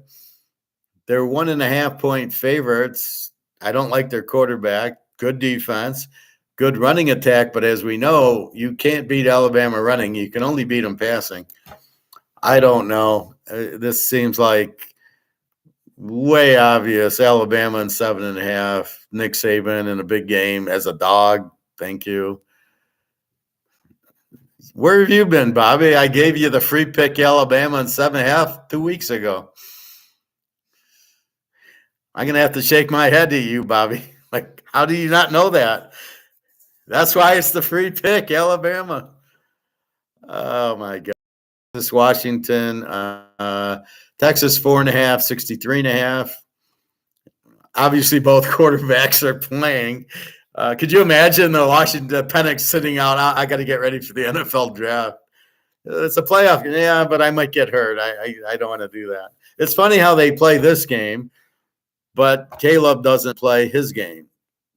So wait a minute. Penix has the same risk of getting hurt against Texas, probably a greater one, because that's going to be an emotional game than fucking Caleb against Louisville. But you know, if he gets hurt, well, it was a playoff game. Now I could get hurt in a playoff game. I can't get hurt against Louisville. It's just the whole thing's just beyond stupid. Texas 4.5, 63.5. I like the over in the game. If Washington could put up 34 on Oregon twice, they will put up 34 or more on Texas. Texas will definitely score on Washington as Oregon did. I think you just look at the Oregon score and you go, let's see, the Oregon was 34-31. Washington's a 65. That's about, you're probably going to get a little bit more. I think I think you can take Washington at 10.5, but let's say Texas gets their number, runs it down their throat. It's for sure getting over. So that's my ball. Yeah, I like Bama a lot on this game as long as there's no Madoff shit going on. Well, there's always Madoff shit. You know that, Bobby. That's just the way it is. So that's your college. We've looked at yesterday's pro. I was 8-4. Which was 2 of the games were on Saturday. So I was really 8-2 yesterday. The only game I really lost was fucking Dallas, who decided not to show up. I thought it was a Madoff game that the refs, horrible call on the first roughing the passer, I thought was an absolutely dive. Then on the block punt, what the fuck is the Dallas guy doing? But he really didn't touch him. If you watched, he kind of bumped him, and then the punter fell, and now we're getting dives like in soccer. So I don't really understand, so both of those, if you take those penalties away, it's 3-0 Buffalo. It's a whole different game. Prescott did his normal disappearing act. The defense couldn't stop the run. Really? Dallas can't stop the run now. Micah Parsons. Okay, I don't know what I'm watching anymore, but where's Bob Lilly and the Doomsday Diva? Where the fuck is it? Harvey Martin. They can't stop the run? Then how do they beat Philly? All Philly does is run the ball. Very, very confusing, the whole thing. But that was, again, and then Denver, what the fuck? And then I nailed everything else. I even had the Baltimore under yesterday. First, I took Baltimore +3, but the game I put it with, I think, was Cincinnati, or I think it was the Minnesota. I think I played Minnesota under with Baltimore +3. Then I saw the 25-mile-an-hour winds. I said, fuck that. I'm going under, and I bet it twice under yesterday, and the game was an under. So I was real happy with that. But Baltimore won, and I knew they were going to win. So it was a double there, and then Philadelphia, like I said, I wish I could get, let's see, do we have any change? We've got Philly 4-45. Oh, maybe he's going to play 45. 4-45. 3.5, 46.5, 45.5. 4-45. Well, let's change. 4-45. I got so many changes I can't read it anymore. 4-45. If I have Geno Smith, it's a fucking lock over, but because they got the receivers, right? Seattle with the receivers. Philly can't stop the win. My man's out. The big play Slay, Darius Slay's out. Hurt his leg or something. So we got Geno Smith questionable and Jalen Hurts questionable. We got 84% chance of rain and no wind. How the hell do you have rain without wind? Jesus. 3.5, 45 here. So 3.5, 4. Again, Philly's going to win. They've lost 2 in a row. They cannot lose this game. As long as Hurts plays, Swift's playing, Brown, Smith, Watkins, Geno Smith, Walker, Metcalf, Lockett are playing. Do you think Smith Najima is a bust like I do? The Ohio State guy who didn't play at all last year. He had one good game in the Rose Bowl. I never heard of him before that. Has a good game in the Rose Bowl because everybody's guarding Olave. Doesn't play last year for Ohio State, and they draft him in the first round. I think he's got 10 catches for 20 yards for Seattle. They go to Lockett and Metcalf. I thought it was the stupidest draft. They needed defense. You got Walker, and you've got the Georgia running back who still isn't even in there yet. And you got Geno Smith. You watch Seattle will trade Geno Smith. They'll get one of the quarterbacks. That's what Coach Pete does. Oh, could you imagine Caleb or Daniels on this team on Seattle with these receivers? Holy shit! Caleb gets to Seattle, man. They'll give Frisco all they want, but we'll see. Geno Smith's just a hack. All right, so that's football. Now I got some interesting. I started people with the Bitcoin and everything, and it's money, and it's what is it? And I don't know. So I did a little. What is Bitcoin? And I went on to Google and I ran down the rabbit hole. Bitcoin is a cryptocurrency. What the fuck is that? A digital currency in which transactions are verified and records maintained by a decentralized system using cryptography rather than a centralized authority. Basically, they're saying it's not socialism, it's capitalism. It's a decent, but it's a digital currency. Is it a currency? It's a digital program. What is cryptocurrency and how does it work? A cryptocurrency is a digital currency with an alternative form of payment created using in crypto. Oh, wait a minute. It's PayPal. It's not money because it's not a medium of exchange and it's not accepted everywhere. As I keep telling you, let's go to my medium of exchange definition, which I love so much. The medium of exchange definition is it must be portable. Is crypto portable? It's online, but what if there's no internet? If I have gold in my pocket, I have gold in my pocket. Is it scarce? Is 21 million scarce? And if they double it, it's 42 million. Is that scarce? Compared to the 8 trillion printed by the Fed, but I don't know if it's scarce. Is it divisible for small exchanges? I don't know. Can you get a half of a Bitcoin? But it doesn't matter. It's not even money. Is it fungible? Is everything is the same? Well, I guess it's fungible. Is it acceptance? No, it's not. Is it durable? Not really. Is it the most marketable commodity? No. So it really isn't money. So what they're saying is it's PayPal.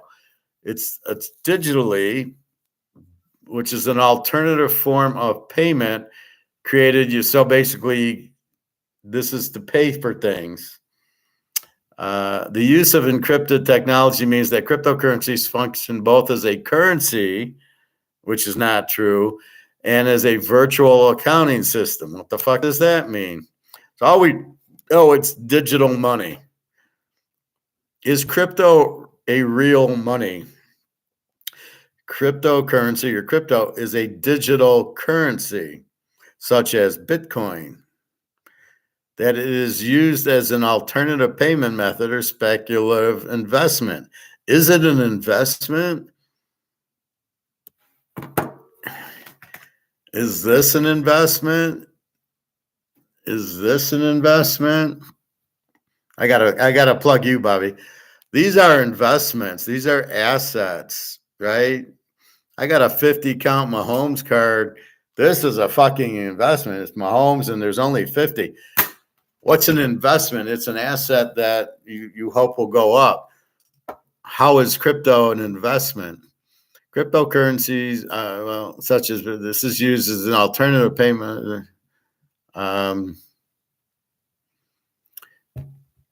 It's used as an alternative payment method or speculative investment. Speculative investment. Cryptocurrencies get their name from the crypto techniques that let people spend them securely without the need for a central government or bank. So is PayPal. I don't know what they're talking about. So you're not running it through a bank. Who are you running it through? Where does this get its value? So somebody is just pulling a number out of the air saying this is the value of crypto. What the fuck does that mean? Or so basically they keep saying it's something that doesn't need the government or a central bank. That doesn't mean it's a currency or a money. It's not a medium of exchange. It's not accepted. And it's certainly a spectrum. Look at the value. Where's the value coming from? All right. How do you explain crypto to a beginner? Cryptocurrency is a digital money that doesn't require a bank or financial institution to verify transactions and can be used for purchases or as an investment. How can it be used for purchases if most places don't? I can't go to the grocery store with it. I can't go to Toyota and buy a car with it, or even I need brakes. I can't pay my brake guy with it. So how the fuck is it to verify? What is the value of it? Is it 40,000? What if it goes to 20,000? I mean, nobody knows what the real value is. Can be used for or as an investment. What kind of investment? Again, it's 43,000, and if I hope, then maybe it'll go up to 60, and I won't sell it because then I think it'll go to 100. Well, why? Well, because I think that. I'll never forget. I was at the poker table, and some guy says, "Well, I'm in Bitcoin." I go, "How many people are in gold?" I'm in Bitcoin. Well, it's going to go up. Why? I don't know. Just because the mafia wants to launder their money, it'll go up. I asked Jenna this because I was a little pissed off. We're at dinner with Natasha and this other girl who understood gold, and somebody asked me about Bitcoin. I says it's a Ponzi scheme. There is no way of anybody knowing the value of it. It's there. And nobody knows how or why, and it could easily go to zero. And I'm going to get to that too. Transactions are then verified and recorded on a blockchain, an unchangeable ledger that tracks and records that. Well, you're telling me how it works, doesn't tell me anything else. Is crypto a safe currency? Wait till you hear this one. If a platform that exchanges or holds your crypto assets goes bankrupt, there's a risk you could lose all your capital. Similarly, your assets could be at risk if an exchange holding your crypto is hacked by the mafia. You want to be in that? You want to be with the mafia where your assets could go bankrupt and there's a risk you could lose all your capital and your assets could be at risk if exchange holding your crypto is hacked by criminals. That sounds real safe. Let's see. I buy gold, I hold it, I put it in my safe. I'm pretty okay. The money in my bank, I worry because the money is getting printed and worthless. But here, the crypto assets could go bankrupt, or the mafia could want their money back, and I could lose everything. I could get made off, basically. This is what nobody is even talking. They just think, oh, I'm buying it for 30,000 cryptos and it'll go up to 60,000 Bitcoins or whatever you call it. Really, how is crypto worth real money? A Bitcoin has value because it is able to be exchanged for and used in place of fiat currency. Where's this? But it maintains a high exchange rate primarily because it is in demand by investors, really interested in the possibility of returns. Oh, okay. Of course, many other factors influences Bitcoin's value, like the Russian mafia. Bobby, yeah, I like Bama a lot. As long as there's no mail. Okay.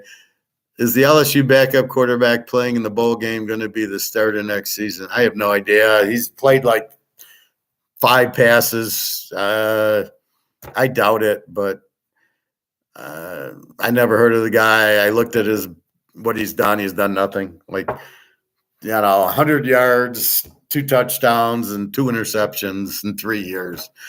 I wouldn't count on it. So the Bitcoin has the value because it is able to be exchanged for and used in place of fiat currency, which is a total lie. Where it's people to people, if If you want drugs, you pay the guy in Bitcoin. Okay, that's between you and him. You can't go to Kroger's, you can't go to Target, you can't buy a car, you can't buy a house. How the fuck is it money? Unbelievable. How does crypto turn into money? Oh, my favorite. Crypto exchanges. Choose the cryptocurrency and amount you want to sell, and once it's converted into fiat, then you can withdraw it to your bank account.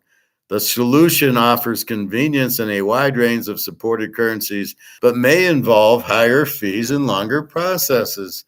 So, wait a minute, it's not money. I have to convert it into fiat. I have to get on the Titanic to get my crypto. Choose the crypto and amount you want to sell, and once it's converted into paper, then you can withdraw it from your bank. So what happens when this goes to zero and you can't convert it to fiat? I don't see anything about gold in here. So you're fucked. When fiat goes to zero and you got crypto, how do you get it? We need fiat. There is no fiat. The only fiat's going to be out of Russia, where it's backed by gold. And you need a Russian bank account. So only Daria is going to be able to get your Bitcoin out for you. But it may involve higher fees and longer processes, like a year. Oh, you want to get your fiat out? You want to get your Bitcoin?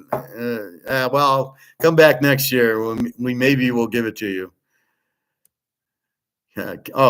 Can crypto make you rich? So how do you get rich? You can absolutely make money through crypto. Oh, really? Oh, I got to hear this. Just as you would trading any other type of asset, it's an asset. When did it become an asset? But with the extra volatility, there is a higher risk and higher potential profits. Oh, do all you Bitcoin guys know about that? Have you heard of that? So in other words, if I buy gold, I have zero risk because it can't go to zero because I can't print it. But crypto, just as you would be trading any other type of asset, but with extra volatility, there is a higher risk and higher potential. Are you trading any other type of asset? Is crypto related to my Canadian Club 12-year? This I can easily sell. Can crypto, I can only sell what I need the money in my bank. What if it goes to zero? When the dollar goes, what happens to your gold? Oh, everything gets priced in gold. Nothing happens to my gold. It keeps its value. In fact, it goes up 100-fold because now the dollar's zero. So everybody has to go into gold, which forces the demand and the price up.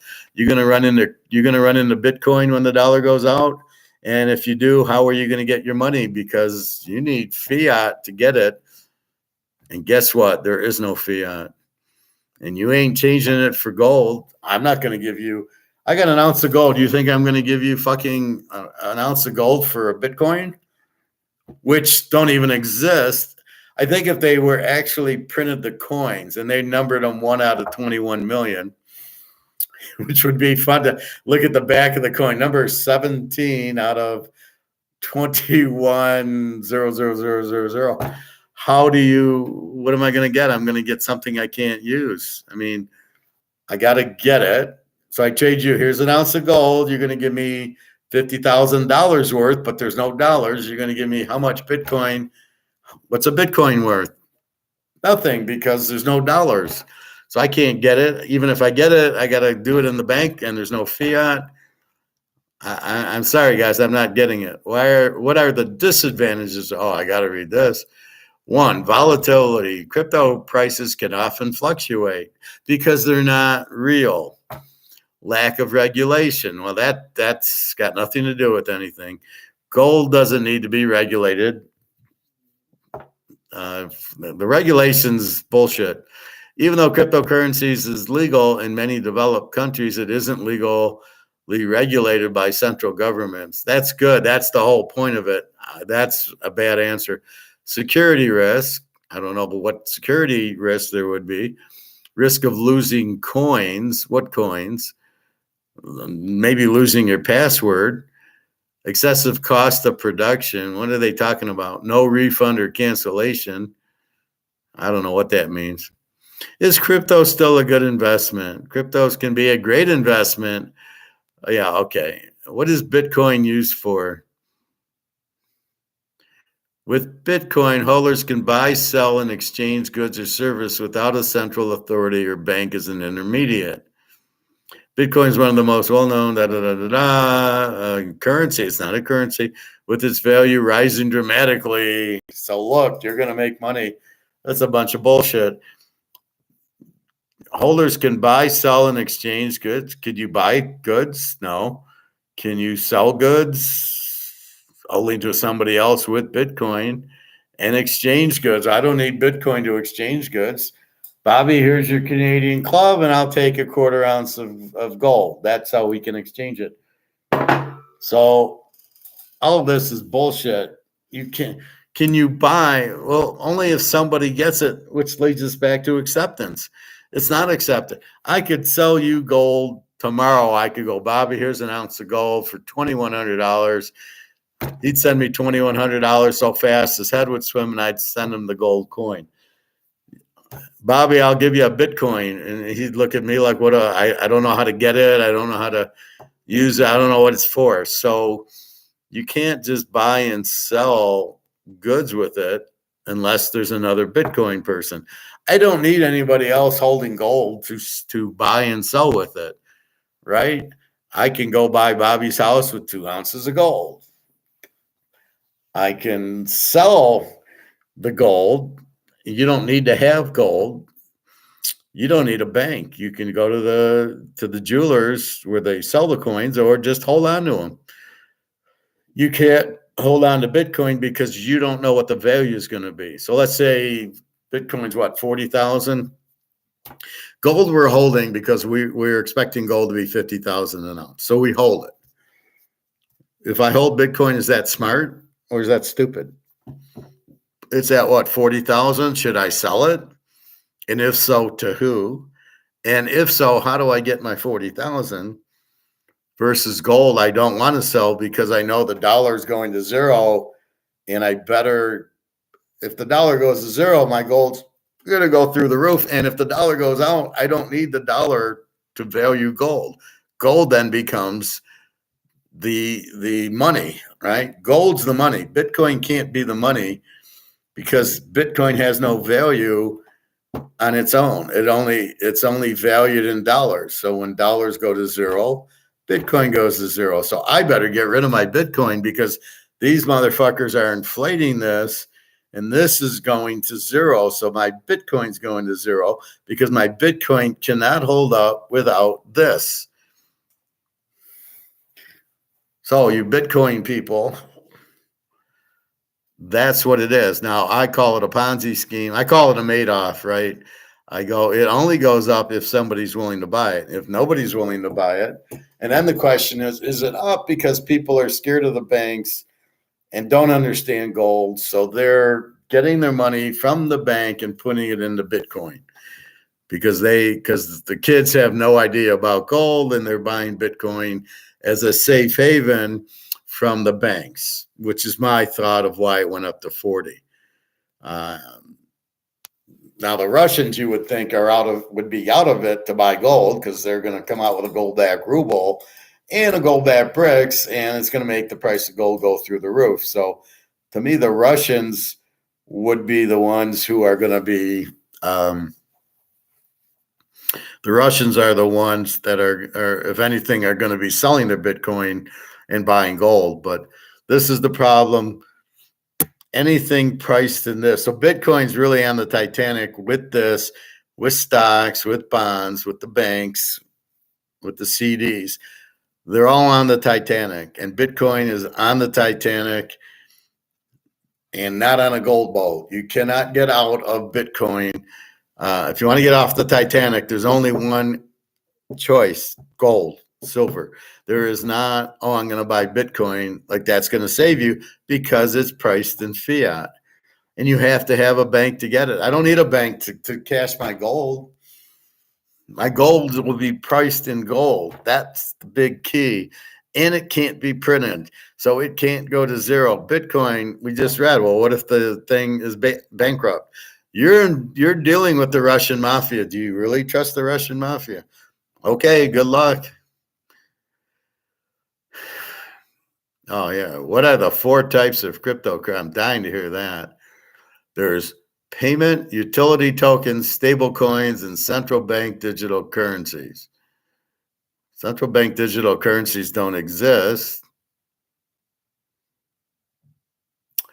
Payment crypto, well, what isn't that PayPal?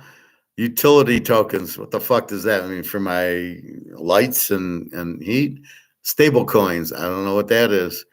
What happens if you invest $100 in Bitcoin today? And investing $100 in Bitcoin alone is not likely to make you wealthy. The price of Bitcoin is highly volatile and can fluctuate significantly in short periods. While it is possible to see significant returns in the short term, it is also possible to lose your ass also, depending on what Madoff wants to do with you. Can you lose money in crypto? Of course. Is crypto still a good investment? What are they going to say? Where does my money go when I buy crypto? Oh, interesting. When you buy crypto, your money is used to purchase it from the crypto exchange. The exchange collects fees for facilitating the buying and selling of cryptos. If you sell crypto, the money is stored in your exchange account and can be transferred to your bank account and other payments. Or that Sam, the animal Nineheart, who scammed everybody and got $16 billion because as people were putting their money in, he was stealing it. So you really want to trust. Now, this has nothing to do with regulated or unregulated. This is just crooks doing it. So do you want to play with these people? Or you can buy gold and you don't have to play with anybody. You play by yourself. It's your ball. You're going to play. And when you want, you take your ball home. You can't do it in crypto because you're relying on other people who are unscrupulous, who are there to steal. It's a whole Ponzi scheme. So why would you want it? There's a tremendous risk. Even if you have 50,000, good luck getting it into your bank account. As this gets worse, here's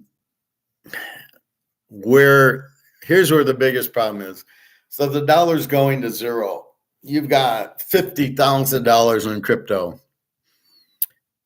As we said, though, the dollar's going down in value. The dollar is going down to zero. This is going to zero. Right? We can only fold it so much till it disappears. Well, wait, I got 50,000 in crypto. Well, guess what it's worth? Not worth anything. It's worth $5,000 because the value of the dollar is going down, down, down. Where gold is not connected. So as the dollar drops, gold goes up. As the dollar drops, your Bitcoin goes down because it's valued in dollars. So your 50,000 in Bitcoin becomes worth 30 or 25 until it's worth zero. So the Bitcoin value might still be there, but the dollar won't be. In gold and silver, it doesn't matter about the dollar. It's totally irrelevant. The dollar will go to zero, but gold won't go to zero. Gold will then get valued in gold, right? And now it's what it can buy, and the gold will buy a house. Bitcoin won't. Bitcoin value won't go up if the dollar goes out. It'll go out. And that's what nobody's really talking about, but of course yours truly, because it's the inflation. The dollar's losing value. The dollar's worthless. Bitcoin's in dollars. There is no Bitcoin without the dollar. There is gold without the dollar. It's gold, but there's no Bitcoin without the dollar. So Bitcoin's $40,000. Well, what's $40,000? It's worth about $20,000. So you just lost a lot of money in Bitcoin that you don't realize you're losing. But in gold, Yes, my 2000 isn't what it used to be worth, but it doesn't matter because it's going to be worth what gold is. So that's a very important change there. Anyway, I just thought I'd get into that and basically try to answer myself, what the fuck is cryptocurrency? What the fuck is Bitcoin? And again, cryptocurrency is a digital currency. What the fuck is that? You think you can have money without, if you think you can have money without the paper, you're out of your mind. If you get money that is strictly on the computer, run as fast as you can. You might as well go to Russia, because if you're going to rely on that as money, oh, we don't need paper. Oh, really? You don't need paper money. Yeah, I do need paper money. I need to know I've got it. Now, the value of it isn't that good, but you do not want only digital money because somebody steals it, bankrupts it or something, and you have no money. And they can never do that. If I got $10,000 in my safe, I always have 10,000 in my safe. It's not worth 10,000 because they're fucking with the dollar, but it's still 10,000. If I have 10,000 digital and they pull the plug, and this Jim the Anvil Neinhardt guy steals it all, Sam Beckman or whatever his name is, and all of a sudden I don't have any money because it's digital.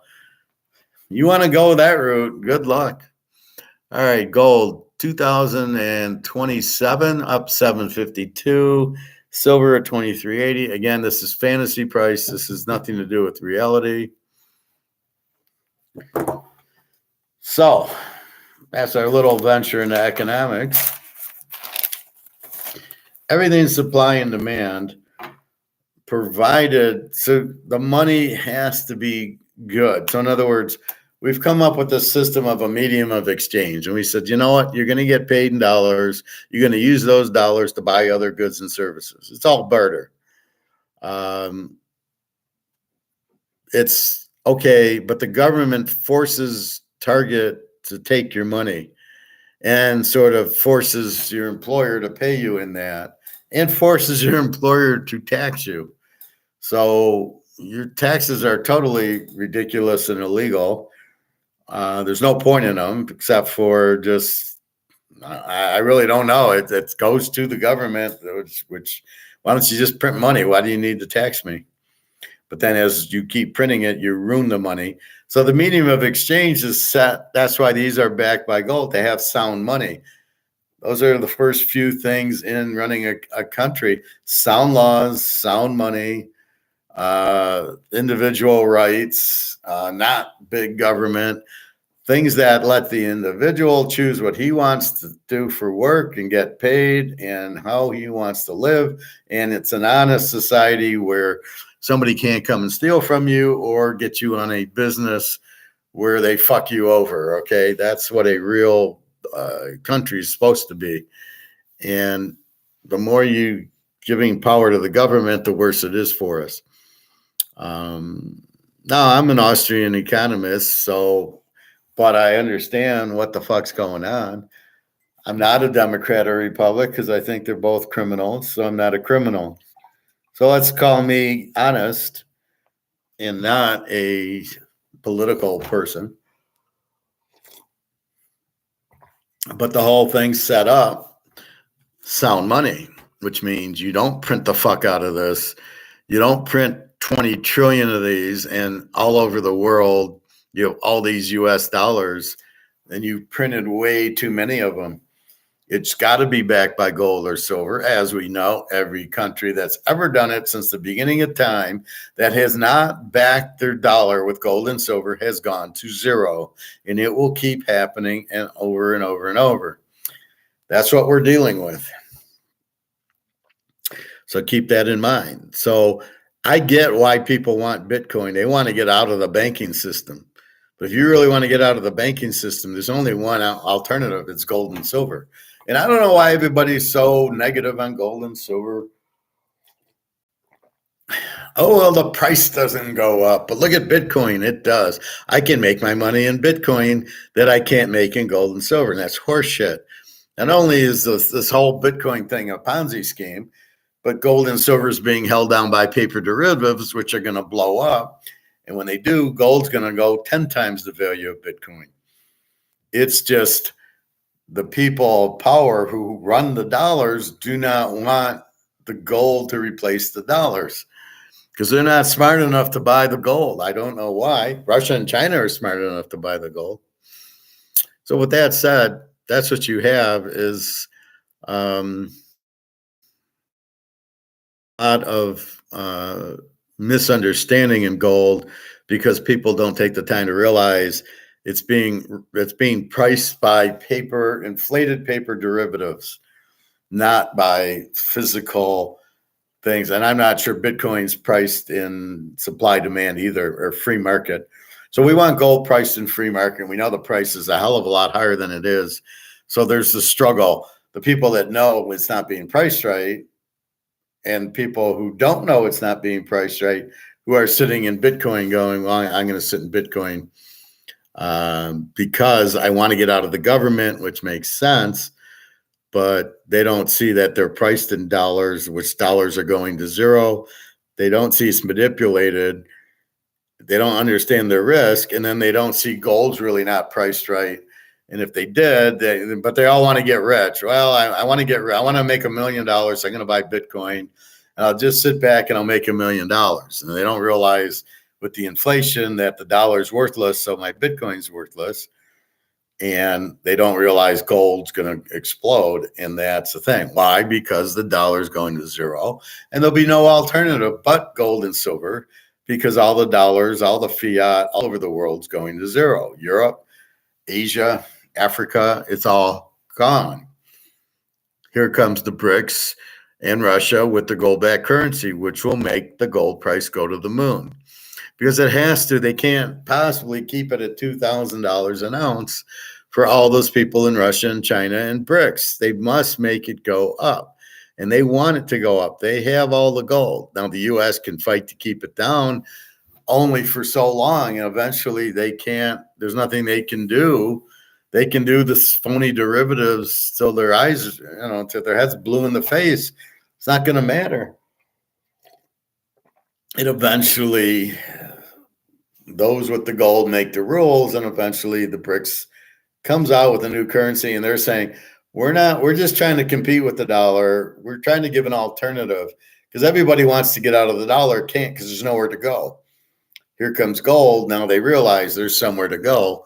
And as they start realizing it, they go to gold. As people start realizing the prices aren't going up, gold's the value of the dollar is going down. I saw an article on Kroger's. Oh, their prices are really high. Well, don't shop there. And one, two, it's not the price is going up, it's the dollar going down. So therefore, the best thing to do is get out of the dollar. So, but people can't do 2 and 2. They can't figure it's manipulated down and it will end. And when it ends, it's going to go much, much higher. And you have no risk because you can't print gold. Only you can print dollars. So if you can only print dollars and the more you print them, then they become worthless, but you can't do that to gold. You need gold to make gold. You can't do a phony gold coin. You can do it, but people will know it's not real gold and throw it away and you'll go to jail. So that's the point. You can't inflate gold. You can't hurt the price.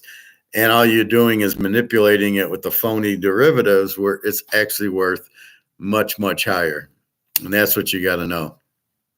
So gold, you're out, Bitcoin people. But you're too stubborn and you think, I don't know what you think. I think you think Bitcoin went to 50. Did you cash out? No. My guy at Toyota didn't cash out. My guy at Toyota, he wouldn't cash out. I says, take your profits and buy gold with it. Gold's cheap. You'll make a fortune in gold and you'll have actual money. Well, no, I got to be in Bitcoin. My wife wants me in Bitcoin. I've never seen a guy like this. Well, it's up to my wife. Be a fucking man. You can't just make your own decision. This is why I'm glad I'm divorced. I wanted to buy all this gold. I bought all the gold and silver. I didn't need a decision. I didn't need a wife to, oh no, well, we won't have money. So I text Jenna today and I says, are you into Bitcoin? Because she started talking with Natasha about it in Germany. Oh, I'm into Bitcoin and this and that. Well, I thought she said it. And then she says, well, Howard just likes talking about gold, but she said it kind of derogatory. I said, do you not like gold? If you don't, I don't have to give you any more gold. I'll be happy to just keep it for myself. And she said, everybody loves gold. Gold's gold. Everybody loves it. So, you're hoping, okay, fine.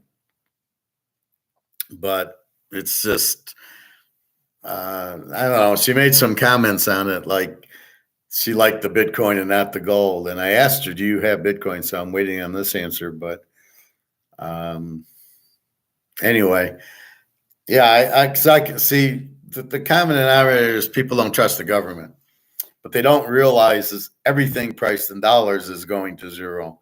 Your houses, your cars, your Bitcoin, anything that is you need fiat currency with, you're fucked. You don't need it for gold. Gold will end up being priced on its own. I'm going to buy a house. Here's an ounce of gold. I want to buy a Mercedes. Here's an ounce of gold, and I'll buy it. And it won't be 2,000.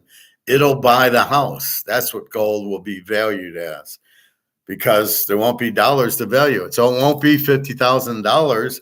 When the dollar goes out, it'll be a house, a car. It'll be worth a lot more. So understand that. It doesn't go to zero like Bitcoin does because of the dollar going to zero. Gold will always have a value. That's the beauty. That's why we buy the gold and silver. It'll always have the value. Unlike Bitcoin, unlike stocks and bonds, unlike your money in the bank, unlike an annuity, unlike all this shit that they're trying to. You want a retirement plan? Oh, yeah, come on. We'll put you in bonds that'll give you some money, So as you're not working, you're 65, you need $2,000 a month to live on. So you're going to have dividend stocks. You're going to have bonds that will pay you off this amount as if it's your income. But he's not saying is, wait a minute, the money won't be worth anything. They're conveniently forgetting to tell you that there's a risk that the stock market will crash. There's a risk the bonds will go to zero. There's a risk the money goes to zero, and then there goes your retirement. But they're not telling you that because they get commission. It's attack on Wall Street times 25. I mean, everybody's going to get fucked. Because let's face it, once you're retired and then you're expecting dividends or bonds to pay you, and they're not there, then what do you do? Gold will always be there. You can always walk into the coin store. See, this is the thing.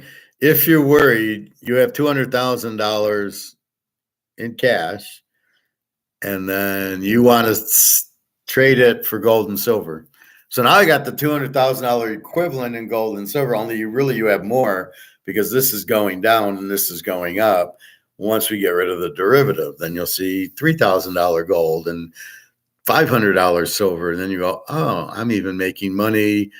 So my 200,000 in currency is down to 120, but my 200,000 in gold and silver is now worth 520. Huh. Not a bad deal. And I had no risk because they can't print it. Because that's what makes the value drop, is when you print it, when there's too much of it, when you stop, what do they call it? Scarce keeps the value high, overabundance loses value. So when you overabundance, which they've done, you're fucked. The other thing is, if you think about it, well, you used to have millionaires. You never had a billionaire. Now there's all these billionaires. Well, you know why? Because the money's not worth anything. So the same million that they'd get is now worth $1 billion. It's worthless. $1 billion of nothing, right? That's what it is. But they don't realize, oh, I got to list all these billionaires, and then they're going to be trillionaires. And then they're going to have zero. And we can laugh at them going, well, you probably should have bought gold with your $1 billion. See, that's the thing. They're blind. They think it'll just keep going. They don't realize you can't print. If you keep printing, there is an effect to it. Just like printing the money, the effect is inflation. The value, there's too much money, the value goes down. The effect on that is higher prices because it takes more dollars to buy something. But that's, but they just look at prices as inflation, but it's now a price increase, but you can't increase all the prices. People won't buy it, so therefore they can't keep. And I was talking to some guy at the pool. He says, I went to get a salad at the local Coney Island, and they're $8-9 for a salad. Says he charged me $19 for like a Cobb salad. That should be a $10-11 salad. Says I won't go back there. Says, why didn't you look at the fucking menu? Who pays $19 for a salad? I go to the grocery store. I get my red leaf lettuce. I can get cucumbers, broccoli, cauliflower, celery, mushrooms, onions. I don't get close to $19. It's $10 for all that because it's all cheap. And I'm eating salad for the next week. So I don't really get the why would I pay $20 at a fucking Coney Island for the crappy lettuce they use? See, this is what the guy will be out of business. He says, well, my costs go up, so I have to recover it. It's like, well, that's not how you recover it. You can't charge $19 a salad. Like I tell the rib guy, you can't make the ribs $45. Nobody will be in here and nobody's going to order them. They're too expensive. So you either keep the price at market or you're fucked. Same thing with the Toyota guy. You got to keep the car at market. Otherwise, you're fucked. He says, well, sales are increasing a little because people need transportation. I assume what he's doing is he's leasing them, not selling them. So if you're stuck in a 3-year lease on your car, you're kind of fucked because now you renew it and it's going to be much more expensive. This is the problem with leasing. You never get rid of payments. I bought my 2018 Camry, and guess what?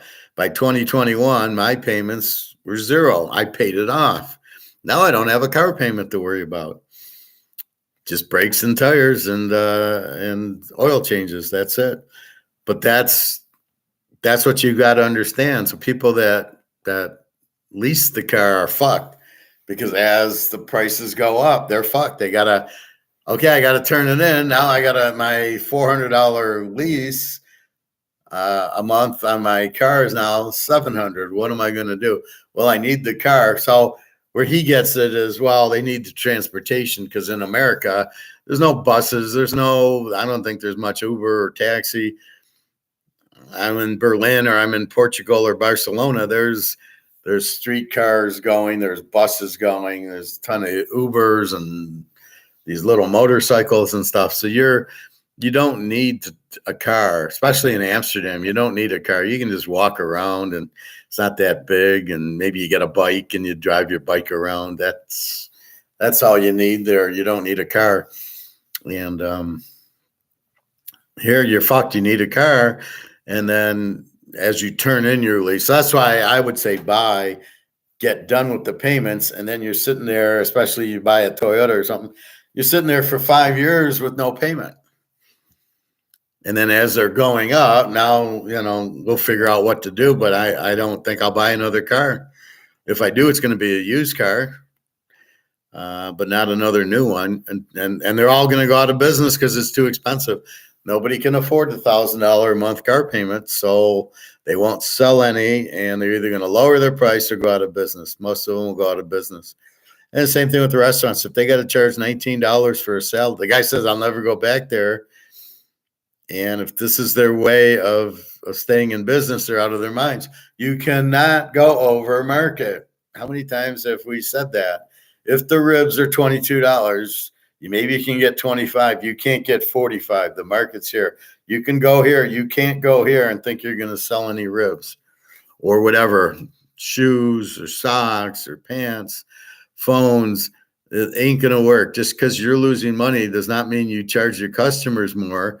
Your customers don't have a money tree. They can't just say, oh, yeah, you can raise it and I'll find another $500 a month out of my money tree. You only got so much money. You don't get raises. The employer doesn't want to give you any more money. So you're fucked there. He's getting squeezed by the value of the money going down, his expenses going up, unless he's smart enough to do that. I told my friend, I says, if I told the salesman at Toyota, I says, if it was up to me, I'd close the whole business down and buy gold with it. And I would just relax and wait till the goes up. I'll make more in gold than I can do trying to sell these cars at a loss. That's what I would do if I was running a big business. I'd get out of the business because there's no profit in the business. The costs have gone up. You can't pass it on to the consumer. You're fucked. So I make the mug at $5. I sell it for 10. Well, now my costs go up to 15. I'm going to sell it for 20. And who the hell is going to buy it when they're going to pay me 10? So they won't. So now my costs are higher. My sales are down. I can't break even. I can't make any money at it. I have to go out of business because I'm in business because I can buy it. My costs are 5 and I can sell it for 10. But as soon as that gets out and my costs are 15 and my sales are 10, I'm fucked. I'll sell my pens for $5 more. It doesn't work that way. Each piece, this cost me 10, I got to sell for 15. This cost me 2, I got to sell for 5. I cannot sell, if my costs go up and I can't sell this for 20, I can't sell this for 7. The market's still there. The market for pens and the market for mugs are still there. So you're fucked. You can't just, I'll charge more for salads. Like, people aren't going to realize it and people are just going to pay for it. Like, I can't go to the grocery store and buy a lettuce and buy a cucumber and some red and yellow peppers, make my own salad for $20. I get 10 salads out of it. It's like hamburger. I went to this hamburger place and it was $12 for a hamburger. And then I got like onion rings and chili and it was $20. And I said, I could have bought 3 pounds of hamburger and made 10 hamburgers for the one hamburger I got. And I don't need the onion. I can buy an onion and I can buy a can of chili and it's going to be so much cheaper than what I just spent. And I can't tell that yours is any better. Onion rings, no. Chili, no. The hamburger I make better. So really, I don't know what ingredients you're using. And then I got a bun I got to deal with. So that's the thing people have got to understand, is that's what the money's doing. When this loses value, it takes more to buy the same thing. So it took $10 to buy my mug. Now takes $15 to buy my mug because the value of this has dropped. It's a very easy concept, but nobody gets it. The Bitcoiners don't understand it. The people in the banks certainly don't understand it. The people running the businesses do not understand it. Well, if my costs went up, I'll just raise my prices. Well, the market won't accept that. The market is the one that dictates the price, not you. So my Chinese lady, when she sits there and raises General Chow, went from $11 to 15. Well, maybe I'll pay it, maybe I won't. But if you raise it to 20, I don't give a shit that your costs went up. I'm not paying $20 for General Chow. Now you're getting a little bit too much because it's not worth it. And I get your costs are going up, but you're not going to get the $20 for the General Chow that you think you're going to get. Or I'll come at lunch and get lunch portions. That's the other thing I saw, that I ate barbecue today after swim, and the chicken rib combination is $22. Okay. But if you want the lunch portion, it was like $4 less, but it only had 3 ribs and a quarter chicken instead of 6 ribs and the half chicken. So, we're gonna mate off you and take away some ribs and chicken and still sell it as a rib chicken. We'll call it a lunch portion. Yeah. Oh, okay. Yeah, that's what I want, to get ripped off. Oh, okay. So that doesn't do anything. You've got to understand the market. You've got to understand what you and I are going to pay for things. And if it's too expensive, we shake our heads and go, no, I'm not doing it. That's what you've got to understand. As the seller, you have to understand I can only sell Mahomes for what people will pay for it. I can only sell Canadian Club 12-year for what people will buy it for. I can't, I'm losing money. I've lost my job. I got to sell this for more. I don't care what I'm only going to pay you. I'm only going to pay you $200 for this. Well, I need more money. I'm going to charge you $300. Oh, good. Sell it to somebody else. I'm only going to give you $200 for it. That's the beauty of gold and silver. It's as everything's falling and the shit's getting kicked out of everybody, we sit there with the gold and silver and it's just going to go through the roof because people will run to it. Like my friend said at the Toyota, well, I know a guy who runs I don't know, an automotive company, and he's every night or every week, he takes his profits and buys gold with it. There you go. And then he tells the guy, and the guy's wife says, yeah, it's okay. We can buy gold and silver. And they tell their family, and then the word's out, but they got to understand the money's worthless. They have to understand the money has no value. That's why prices are going up, and you got to get out of money because it's worthless. That's the critical part. Once you realize that this is not worth anything, and you can see it's getting down to nothing. Once you realize that this is the problem, it's not, they raised the price to $100, those assholes. No, they didn't do that. This is the problem. This lost value.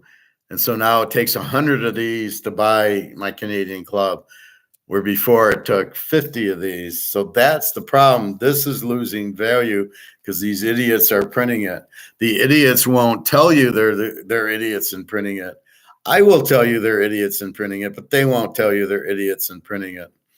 So the first thing is to have sound money and sound laws in any country. And you don't have either here. You don't have sound laws, and you certainly don't have sound money. You only have sound money when it's backed by gold, because you can't fuck with gold. You can't print it. The mafia can't run a printing press and print $1 billion and stick it in their pocket. They can do it with this, and that's what's being done, but they can't do it with gold and silver. You can't print it. It's only what comes out of the ground. You can make the coins, but you can't print. You can't like inflate them. So if there's 100,000 ounces, you can turn the 100,000 ounces into coins, but you can't turn it into 500,000 ounces. You only have 100,000 ounces. That's all you can do. You can't do it with 500. You can't turn 100,000 into 500,000. Like I can print. I have $1 billion. I can print $1 billion. Now I have $2 billion. Where'd the other $1 billion come from? Thin air. You can't do that with gold. If it's 100,000 ounces, that's all you got. You can't make any more. You can mine it and get a little bit, but that's all you're going to get. I mean, okay, we'll go to the gold mine and okay, we'll pull out 3,000 tons a year. And you got to refine it. And it's such a little amount. It's like printing 1,000 of these. Well, that's not going to really cause inflation. But then the problem is the people in charge. Oh, we want 2% inflation a year. What the fuck do you want that for? No, you don't want any inflation. Inflation's bad. Inflation ruins your currency. It ruins your money. You need the laws, and the money must be secure. That is the critical part of running a country. You must have sound money, and you cannot inflate 2%. That doesn't work. Now, how much money? I heard that question bandied around. How much should we have? And I really don't know if there's a number. Well, we should have $1 billion or $1 trillion printed, and that we'll use for exchanges. That I don't know. Is it gross domestic product? But even that, since you've inflated, That number's not correct because that's with inflated dollars. So you really don't know what you're at because the dollars you're using to measure is inflated. It's not worth as much. So that's a tough question that I don't know. I can research, but there's a point in how much money is needed versus all the extra printing, the extra 10 trillion that goes into the government's hands and the bank's hands. That's bullshit. That isn't needed. So that's the inflation part. You're just printing money out of thin air. Anyway, you do not want it. You do not want 2%. You don't want any inflation. You just want to run. And I know my cost. I know this is always going to cost me $5 and I'm going to sell it for 10. That's the gold standard. That's the beauty of gold. That doesn't change. You can't change the money.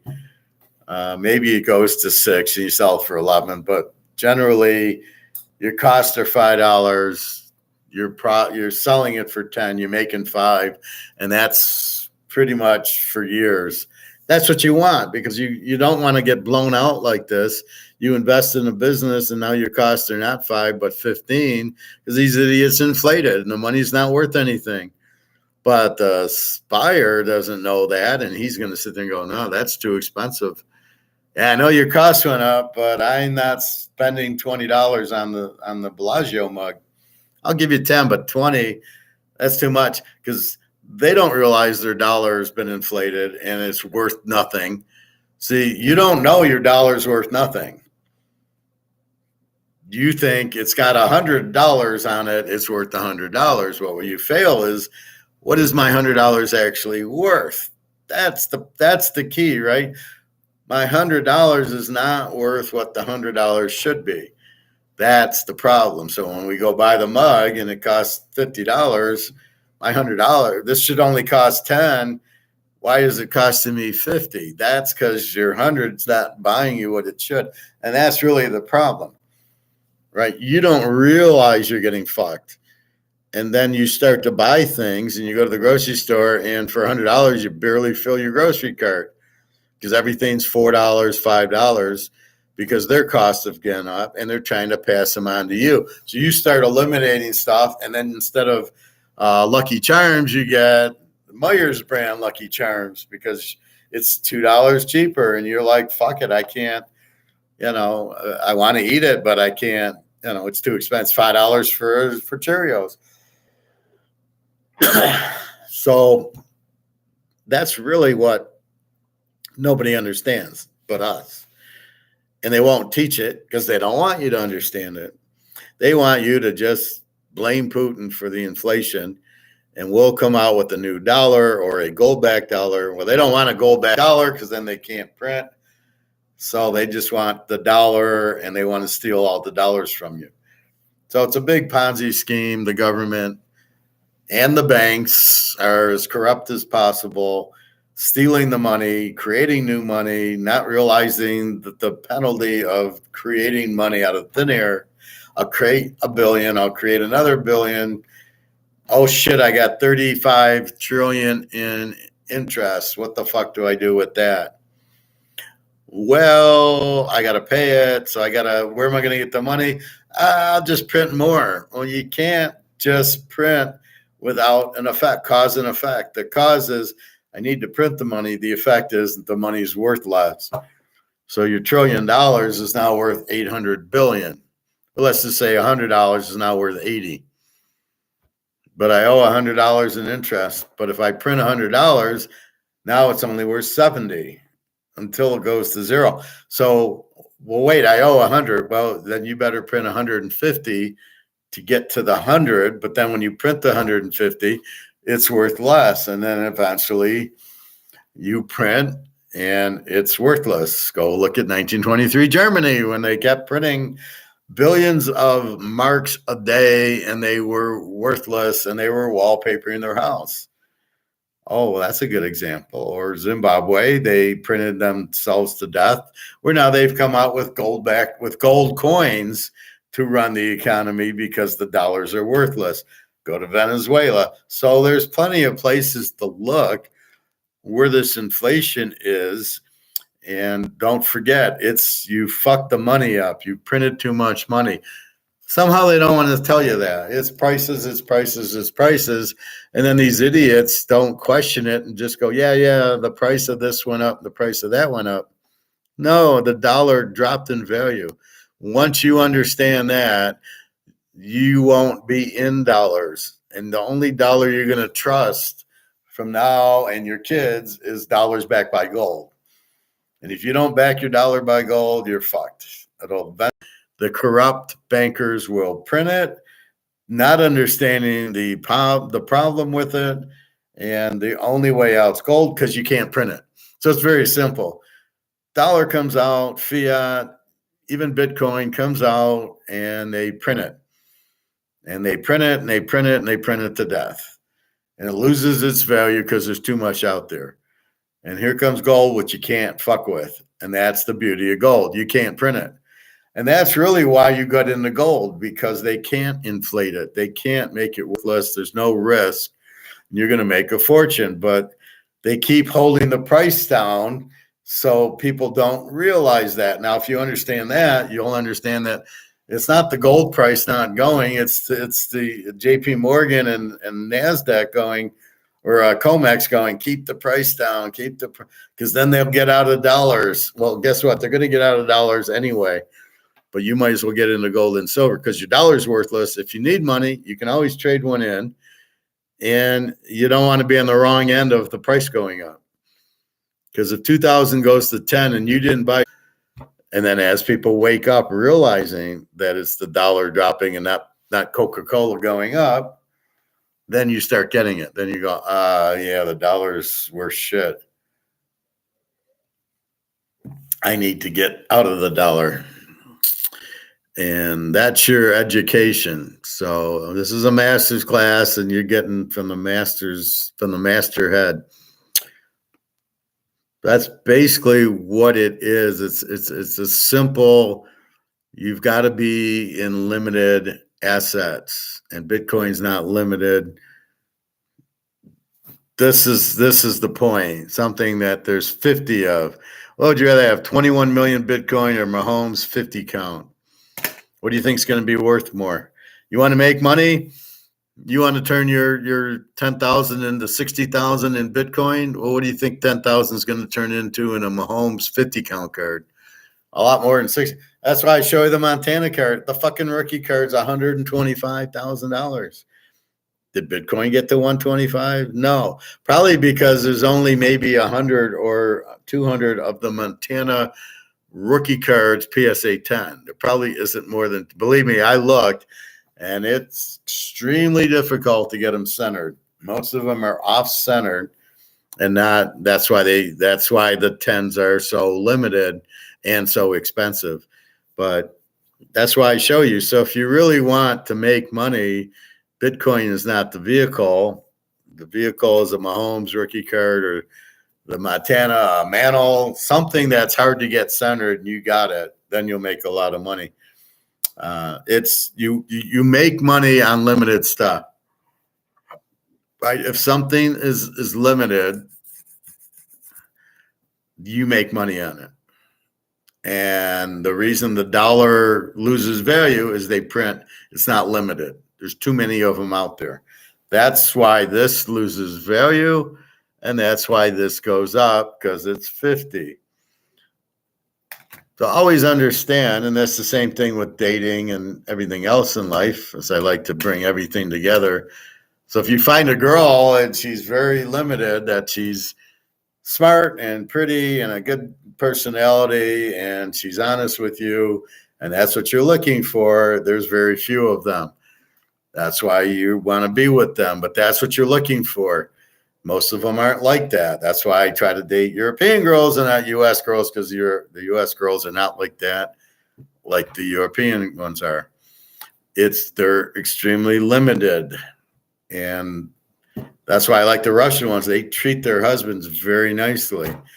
Be loyal to them. They're loyal to you. And they're very honest and they're very pretty. So understand that. So it's anything. If it's limited, it'll keep its value. If you can't print it, And that's the thing, a good poker player, good crap player, good football analyst. And I know I'm very limited, that my skill set in picking football games is extremely rare. I would say there's not even 50 people in the world that can do what I do. Probably less than that. They really understand it and why the teams won and what you're looking for. Like the Kansas City game yesterday. I could give you all the reasons, and then it actually went through. Tonight, Philly's on a 2-game losing streak. They're not going to lose 3 in a row, but hopefully Hurts can play. But if not, they still should have a good game because the Seattle quarterback's out. So maybe lock against whoever Philly's backup. But you preferred Hurts to play, and then they'll win because they lost 2 in a row and they're pissed off. So you have that incentive.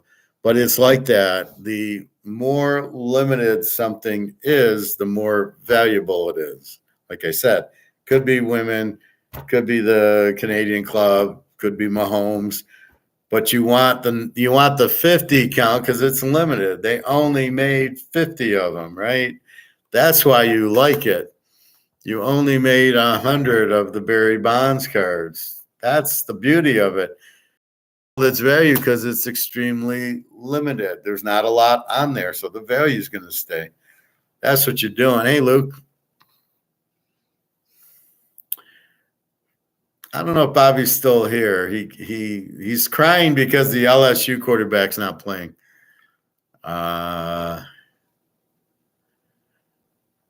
Any day now, Luke. Any day. As soon as Putin says, "Okay, I'm tired of this shit. Time to print gold-backed bricks and gold-backed rubles," that's when gold breaks out. So it's very, the war between the U.S. keeping the currency and the Russians and Chinese wanting the gold price to go up because they got all the gold. The U.S., I don't know. The central bank doesn't have much, but I think the Shearson Lehman Brothers and all those banks, I think, have gold.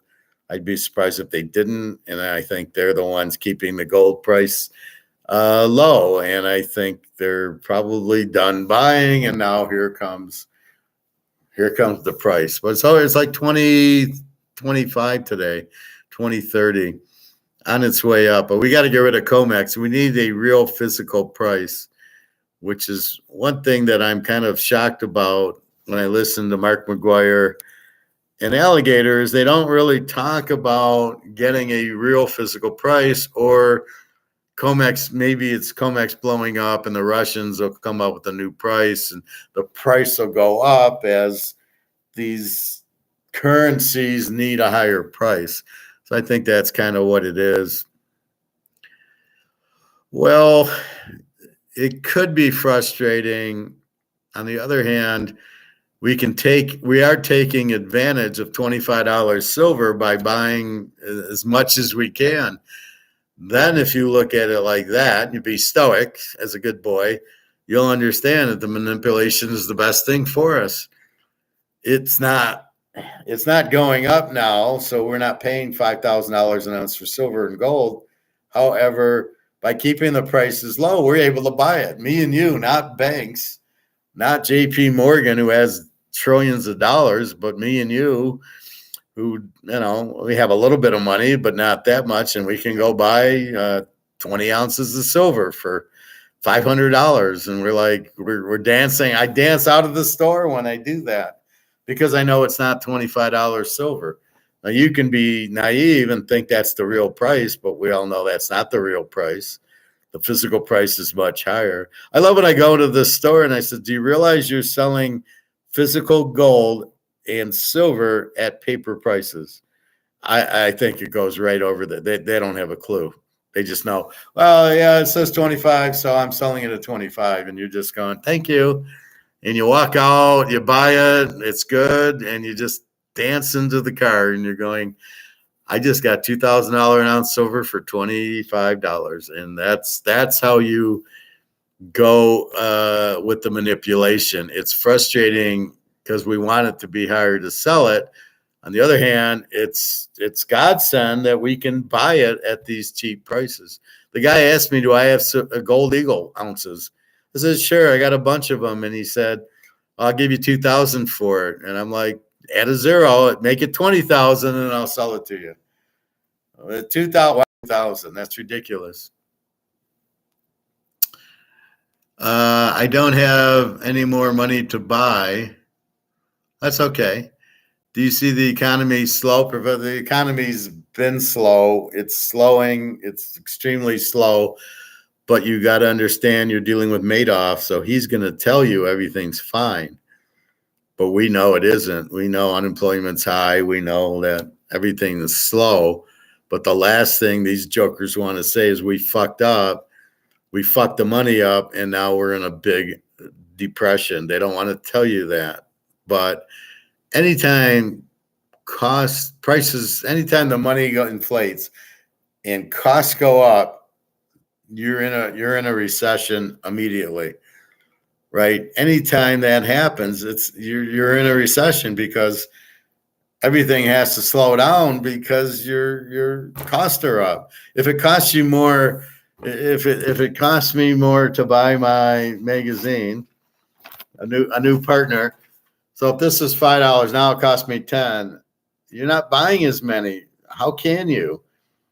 You're buying less because you only have so much money, and if things cost more, instead of buying 10 things, I can only buy 7 things. Well, there you go. That's the recession.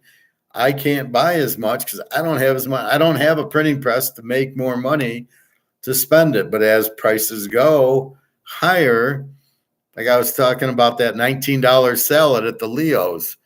Okay, I'm going to pay the 19. Okay, but I only have 100 and I just spent 19 on a salad. I only got 81 left. That's it. I don't have a printing press. So 19 went to the salad. Now what do the Coke's $3. And before I know it, I don't have any more money. And that's the recession.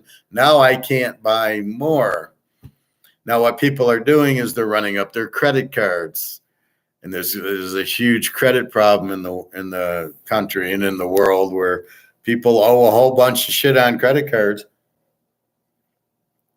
Who do you think that affects? The banks, right? So you got to chase credit card. You owe 10 grand on it. You don't have the money to pay it. You pay minimum payments. Chase is shitting in their pants because they're not going to get paid back. And that's what happened. So bye-bye Chase bye-bye money because you're printing the shit out of it. And that's why pretty soon your Chase account won't exist because we don't have money for it in the first place. All the fiat went bye-bye. The money loses its value. It's zero. What do I owe on Chase? Nothing, because it's priced in dollars and there is no more dollars. So that's kind of what I'm waiting for with the gold going up, is the credit cards going to zero, because your house will go to zero, but your mortgage will go to zero. So you won't owe any more on your mortgage. You can't, because there's no money to pay it with. It doesn't exist. But then your house's valued in money goes to zero. But the silver lining is it'll be priced in gold. So then somebody comes up with 3 ounces of gold for your house, and you're so happy, you go, thank you. And that'll be worth $400,000 or $500,000, right, for the couple ounces of gold. That's where we're headed, and it's going to take time, but that's the game, right? So recession, absolutely. Depression, absolutely. But it's slow. It's the Titanic. It takes a while to turn the ship. It takes a while from hitting the iceberg to sinking, right? It hit the iceberg, but it doesn't sink immediately. That's what's happening here. They fucked with the money. It's all fucked up. It's worthless. It's basically worthless. It's basically worth zero. This dollar is, and this dollar basically have no value. They won't buy anything. What can you buy with $1 now? What can you buy with a €5? A cup of coffee, if you're lucky, maybe. I don't know. I was just in Germany. I couldn't buy a cup of coffee with €5. It's like €10 for a Starbucks or whatever. Fortunately, I only drink coffee at home, but it's, I go to the grocery store. It's $60. I put 5 things in my cart. I think I put a steak, a little those ribs at $7 a pound, 3 pounds of hamburger, a couple other things, and it was 50 some dollars. And I'm like, what the fuck? I mean, I didn't buy anything. It's the dollar losing value, and that is because you only have so much dollar. That's what the recession is. I can only buy 5 things, and I can't buy 10. So you went from buying 10 to buying 5. I still spend 100, but that's what creates the recession is you can't buy enough, so the companies will then go out of business because they can't do it. So yeah, the economy is very slow. That's why you buy the gold. Let the money, the dollar goes out, the gold goes up, and we're okay. That's how we protect ourselves. I usually receive a lot more Christmas cards than I have this year. We even cut them this year. That's a sign. Exactly. It's funny. I yelled at Jenna. So I bought her like a nice $100 bottle of perfume, and her kids, we got some candy or socks or something in the Ukraine. And I go to her, why don't you ever get me a Christmas gift? It doesn't matter. It's going to be my money, but you always neglect getting me a Christmas gift. It always bothers me. It's like, I get you a $100 bottle of perfume. The fact I have money and you don't, you're going to use my money to buy your kids stuff. Why don't you buy me anything? And it always bothers me. I don't have money. Well, you're using mine. I gave her money to go home, so you have money. It's my money, but you had money to get the train back to the Ukraine from Germany and get back home. You have money. What are you talking about? And all I'm asking for, buy me an avocado or a dark chocolate or something. I'm not asking for a $500 watch. I'm just something like, here, happy Merry Christmas. Because when I bought her the perfume, I said, Merry Christmas. Like, here's your Christmas present. And then I got on her for not getting me one. But I get you're poor, but you're going to use my money to buy it. Just get me something with my money is fine. But I don't think she can handle that concept. She says, I don't have any money to get you, but you can use my money to get your kids. So it was crazy. How will the Fed system die? They have a lot of gold. They don't have any gold. Does it restructure into gold, silver coins again? First of all, the Fed has no gold or silver. They do not have 8,000 tons. It's sold. That's why they don't let a Fort Knox people come in and inventory it. So don't think the Fed has any money. Now, does JP Morgan and these banks have gold? I would say yes.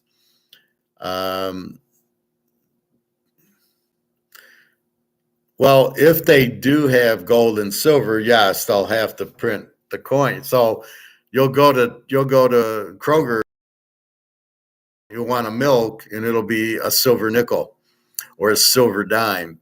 So they'll have to come out with the coins. So when you go buy your food, you have that. Now, will they still take credit and debit cards? Sure, but it'll be gold and silver, and then they'll have to have some method of, when you take a debit card, it's with money in your checking account. So you'll have to put gold and silver in your checking account, and which nobody will have, and they'll have that. That's the problem. Nobody has it but us. So now what the fuck does people do when everything is now gold and silver?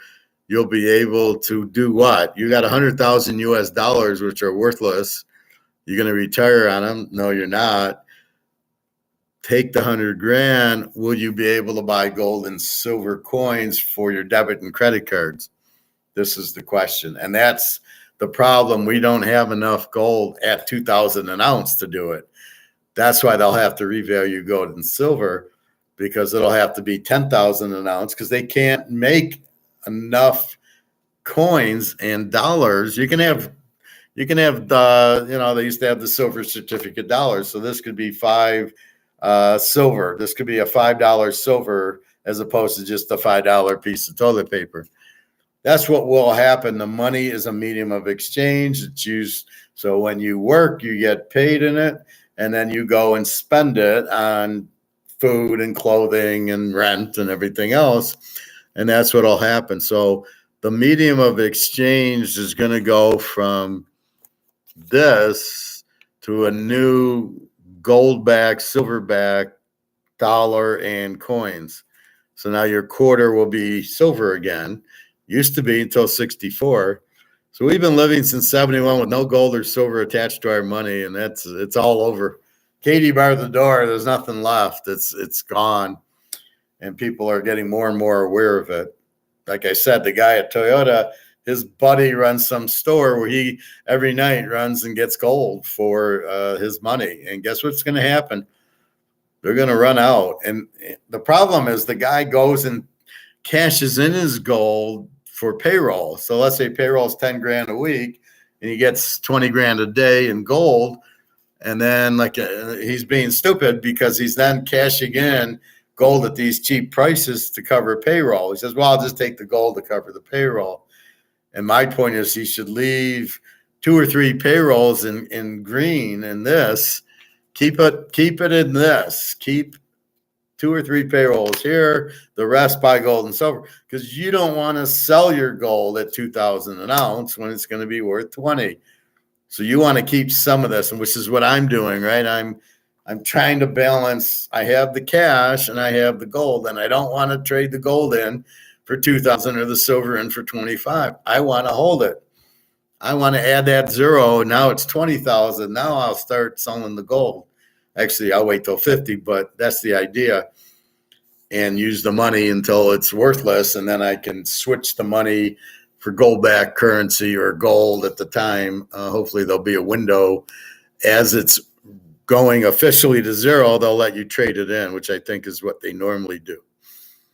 So the Fed system will just switch to a gold and silver-backed currency and coins, and then everybody's got to. So you go to Kroger's. You got to price tuna in silver, and you got to price meat and lobster in silver, and Coca-Cola. And so you got to change your prices of everything into gold and silver. And that's how people don't understand. I'll take my ounce of silver and I'll go buy all these things and I'll get change back because everything will be priced in nickel, dime, quarter, silver. So let's say eggs are a silver nickel, and Coca-Cola is a silver dime, and your tuna fish is a silver quarter. Okay, that's 0.8 silver. I give you an ounce of silver, and you give me 2 silver dimes back for it. And that's how you make change with silver at the grocery stores, provided you must have the gold and silver to do it with. Which we don't. Well, what the Fed doesn't. Maybe the JP Morgan probably does. I would assume he does. So they're the ones buying this cheap bullshit COMEX. So when COMEX is 2,000 an ounce and they're pushing it down, they're the ones buying it. China and Russia and the American banks are buying it. But they're not telling you because they don't want you to know. They don't want you to buy it. They just want to buy it. So they're keeping the price down so they can buy it. We're getting no information that we should be buying it because there's only a limited amount. And if we started buying it, and the frenzy of the Titanic when it's sinking and everybody's getting off the boat and they all run to gold and silver by it, the banks can't. So the banks want to be like, shh, don't tell anybody. And then they just run and buy the gold and silver, which is what's happening. So the Fed system, the economic system should just change. Again, this is a medium of exchange. So this really, the difference is this is not backed by anything and it's just printed, goes to now it's backed by gold and silver. And you can't fuck with it. You can't print gold and silver. So the value will be stable. And that's what Zimbabwe's doing. And that's what these other countries are going to do with the BRICS. We'll have gold-backed currency. That's the reason, because then it'll be stable and then people can trust it. So if I'm Brazil, I don't want to deal with China and Russia. However, if you're making a gold-backed currency, then I can buy that because I trust that. Also, Russia and Saudi Arabia want gold for their oil. I sell you a barrel of oil. I don't want bullshit money for it. I want gold for it. They realize this is zero. They get it. That's why they want gold for money or gold for oil, right? So watch, you see what's going on. That's the big keys. So it's just a matter of this is a market, a free market, and this is the medium of exchange. So we're just going to switch these dollars for dollars backed by gold and silver. The problem is you actually have to have the gold and silver to have gold and silver money, money backed by gold and silver. So the idea is this is $100 gold dollar. I should be able to go to Chase and say, give me my $100 worth of gold. And they're supposed to have it. That's what a gold standard is they actually have the gold for you. And if you want to change your money for the gold, it's there. Now, most people don't because, well, okay, I got $100 gold thing. I don't need to have the physical gold, but think of what the price of gold's going to be to cover all the dollars for the medium of exchange so people can go to the grocery store and get paid and pay their bills. They're going to need a much higher gold price. They can't do it at 2,000. There's too many people. Hence, it goes to 20,000, 30,000. And as the money goes out, then everything's priced in gold. You want the new house, it's 2 ounces of gold. So they'll come out with coin, they'll come out with currency, and they'll print dollars, just like you see the silver certificates, I'm sure, and those will be where that's how you'll get the value for it, and that's how you get the gold and silver. But you must have gold and silver to do it.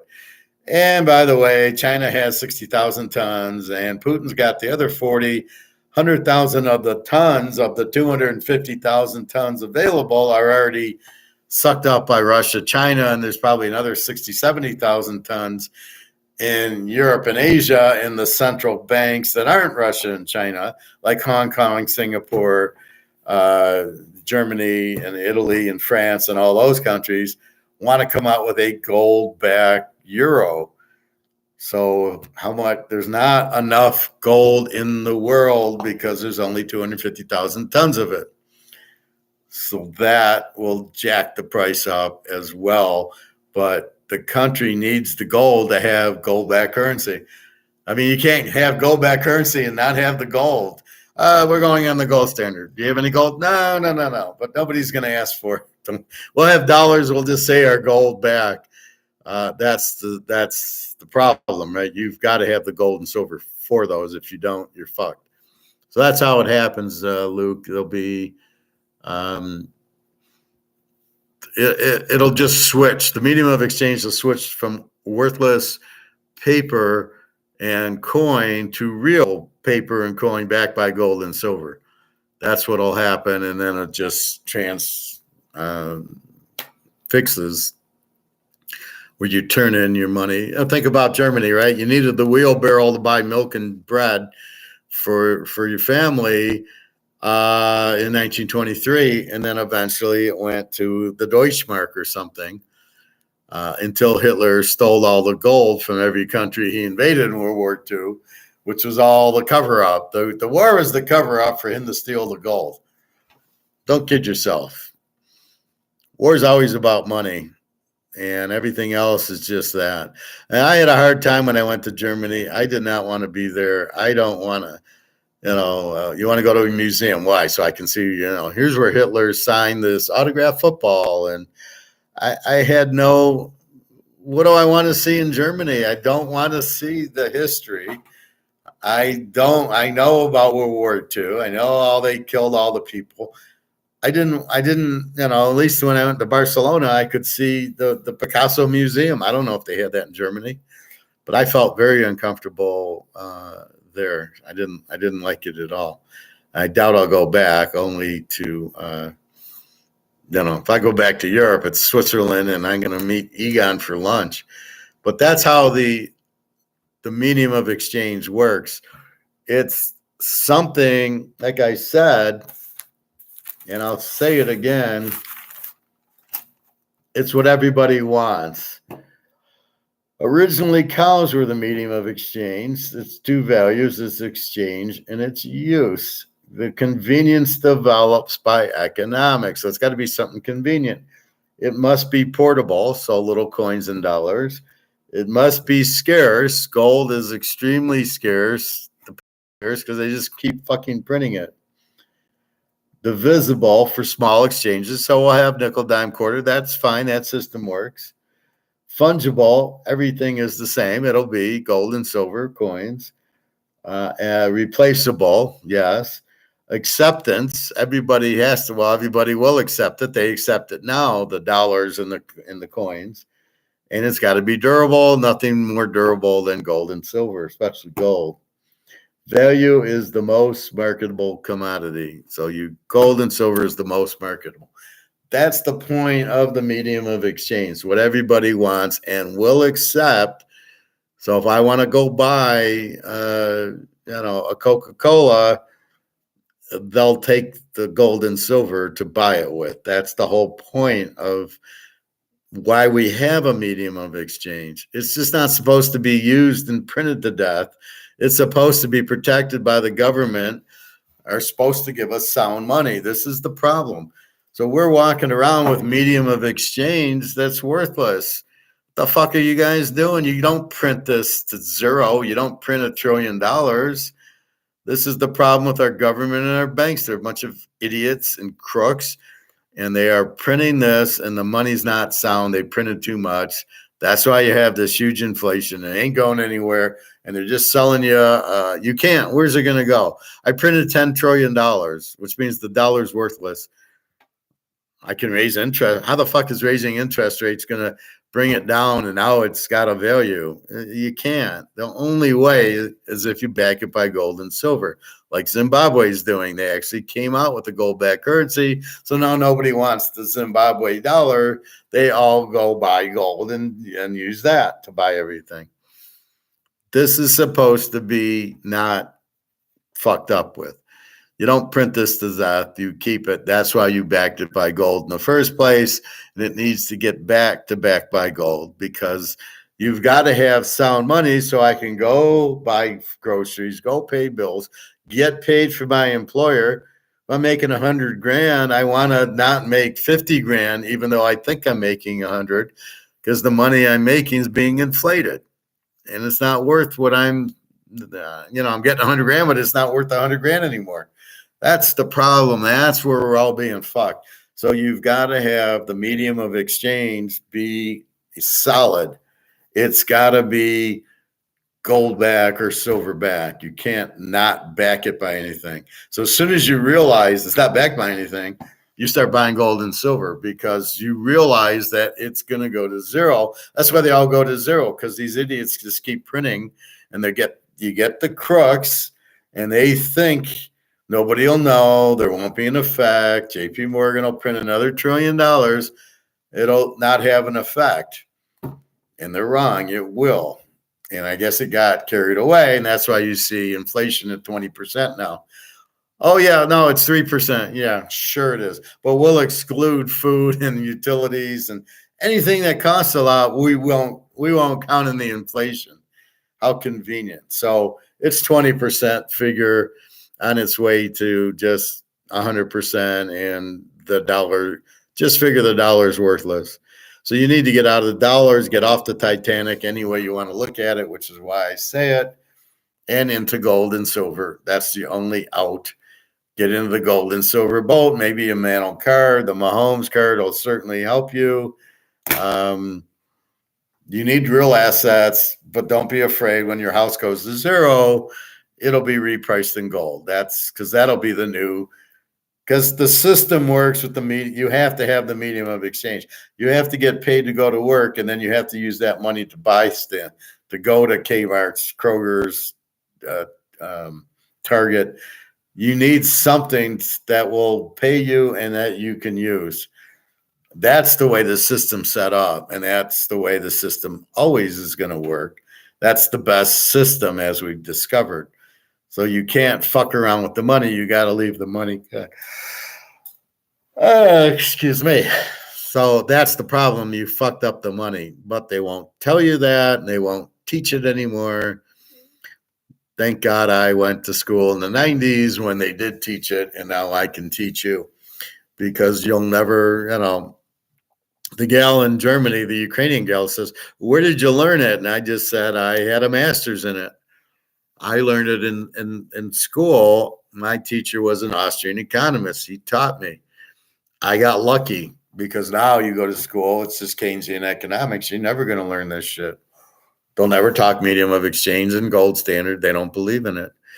And it's fucked because they want the government to run everything. So it's really a fuck situation. But all you can do is buy your gold and silver. And when it blows up, you know what's going to happen and why. And they don't. They think they can print and print and print. I don't even think they're aware of what a gold standard is or what the medium of exchange is or anything like that. Oh, we'll have digital dollars. We don't even need to print the dollars. Oh, yeah, I'm going to trust that. And then when it blows up and now I have zero money because I'm in the digital currency because you didn't want to print it, or I'm sure they wanted to just keep printing digital currency, everybody's fucked. And you don't want that. So you got to be very careful there. Luke, I can't see us going back to bills and coins in this day. It's all be digitalized somehow, backed by gold. It's got to be dollars and coins. How do you back a digital gold? I mean, tell me, because you can't. I can put a strip on this and say this is a, like I said, I can say this is a silver $5 bill, a $5 euro, or a gold $5 euro. I don't get I don't see how you can do dollars digitally in gold and silver. I mean, I get, if I get paid in PayPal for Teaserking and I get $100 and I move it to the bank, I don't actually get the cash, but I can go to the banks and give me my 100. And then I can go buy gold with it. But I'm not sure how digital can work because somebody can just, well, all the digital is worthless. Now you got to trust somebody. I don't want to trust anybody with my money but myself. So that's really the danger of it. But I don't know why dollars and coins are out. We're not going back to bills. It's here, but there's not. If there's something better, then that's fine. But I don't see anything better. Blockchain. Okay, how do you back that? By gold and silver. You're going to trust that? You're going to trust that for everything on blockchain when I don't even know what it is, that it's going to be backed by gold and silver? Good luck. I mean, that's the problem. You can't. I got to hold the gold. I can't put it out on the internet. I can't put it in a blockchain or a daisy chain or a gold chain. I can't do that. I got to hold the gold. I got to hold the dollar that says it's a 5 silver note or a 5 gold. I got to hold it. How are you going to have it on a daisy chain and trust that it's backed by gold? You got to be kidding me. That's insane. Nobody will trust that. I wouldn't trust it.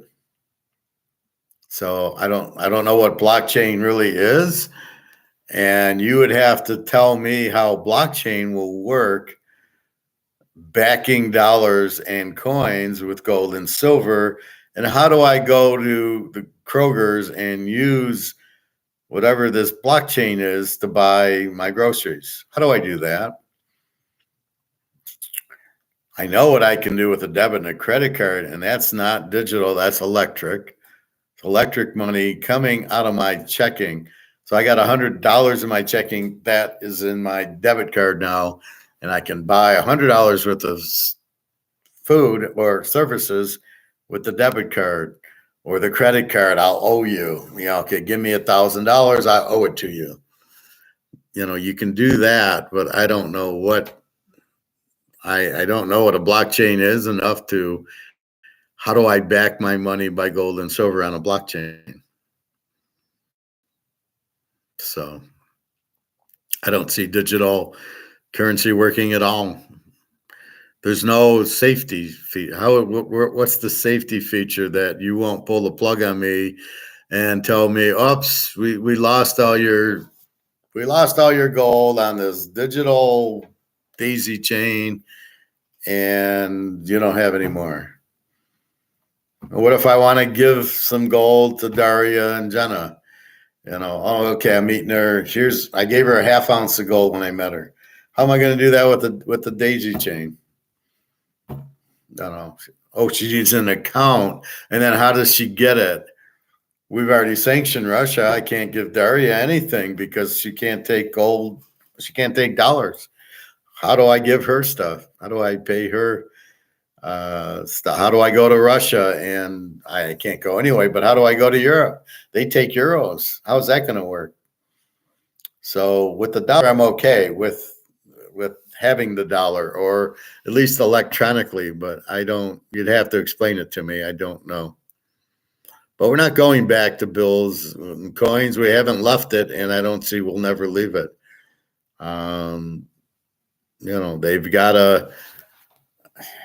They mint the coins for a reason, but they can't just get rid of them. You can't just say, well, it'll be on a daisy chain. Yeah. Doesn't work like that. But I don't know. I have no problem holding my gold in my hand, and I don't want to get away from that. I don't want it digitally. Digitally, I don't trust. Digitally, oops, it's gone. You get the Madoffs out there that, sorry, it's gone. Oh, I just lost my life savings because some idiot, blew up the server or something. I'm not going to trust that shit. So I don't buy that. I don't buy it's gone, and I don't buy I can't use money. And in fact, what I read, Japan, they'll never replace money. It's going to be money and digital, but they'll never get rid of the money because it's a trust issue.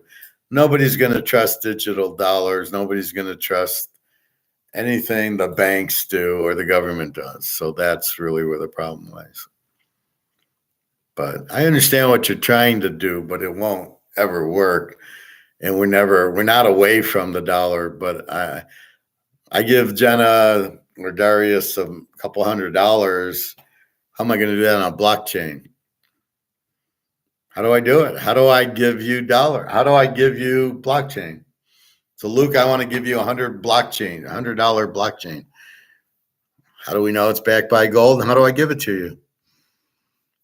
Yeah, I'm sitting there at dinner with you. I want to give you $100. How do I do that?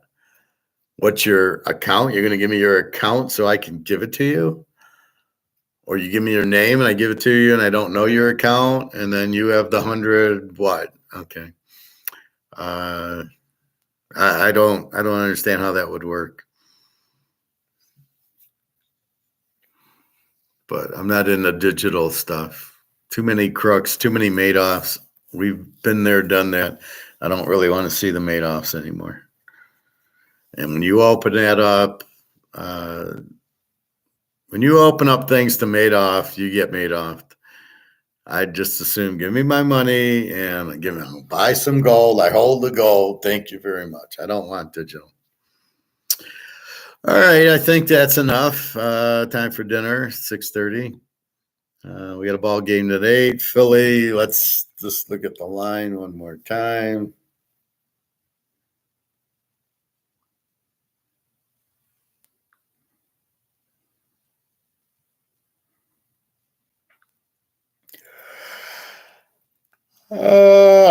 Let's go to the starting lineups.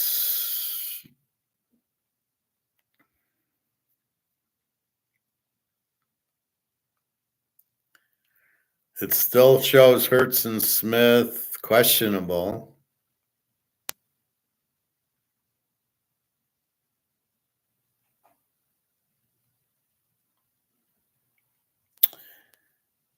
And let's see what the line is.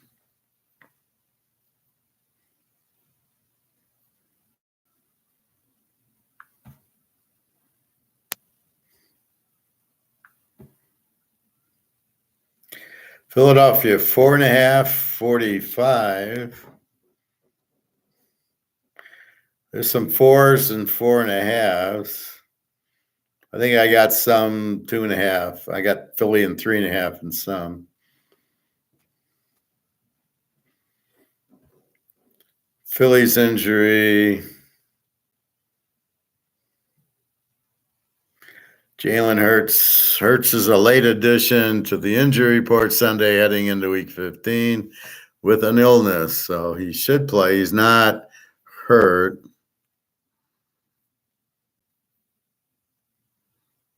Seattle. Geno Smith was limited in practice Saturday heading into week 15 versus the Eagles. Questionable they're growing. So I don't see, like, they're really not making the point of anybody changing, right? Hurts is still hurt. Geno Smith still question. They're both still questionable, so I'm not sure.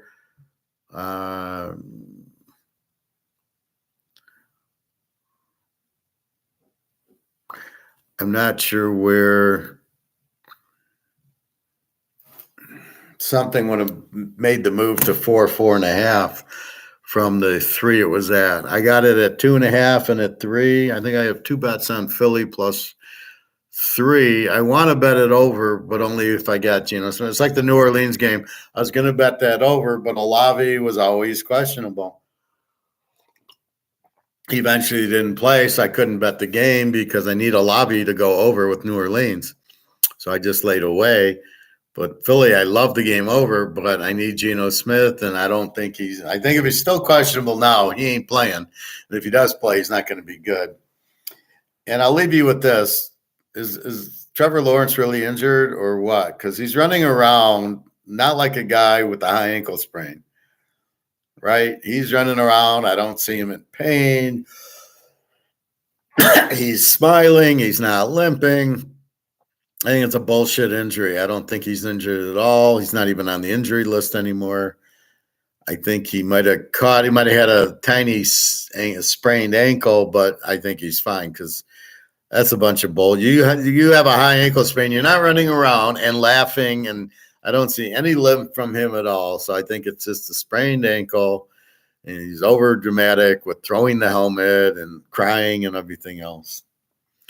Anyway, I just wanted to point that out. So we will start studying next week's football very soon, and well, you too, Luke. So I get you got homework. You got to explain how the blockchain is going to work for me if we have gold and silver. I prefer to have it in my hands, but you have a nice night too, Luke.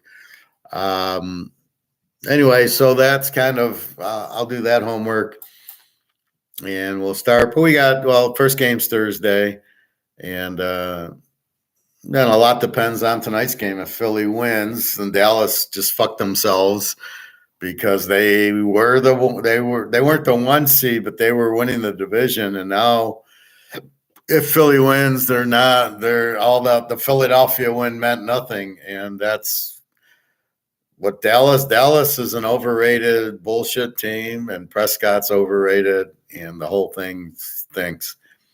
Anyway, so that's where we're at. I'm going to go eat at 6:30, and I've already been to the pool. Wednesday, I've got my breaks. So the guy called me finally, my mechanic, good Russian guy. He's honest. He's got a little garage, so it's much cheaper, much better quality. If he says I need brakes, pads, and rotors, then I do. If he doesn't, then I don't. I don't trust Toyota.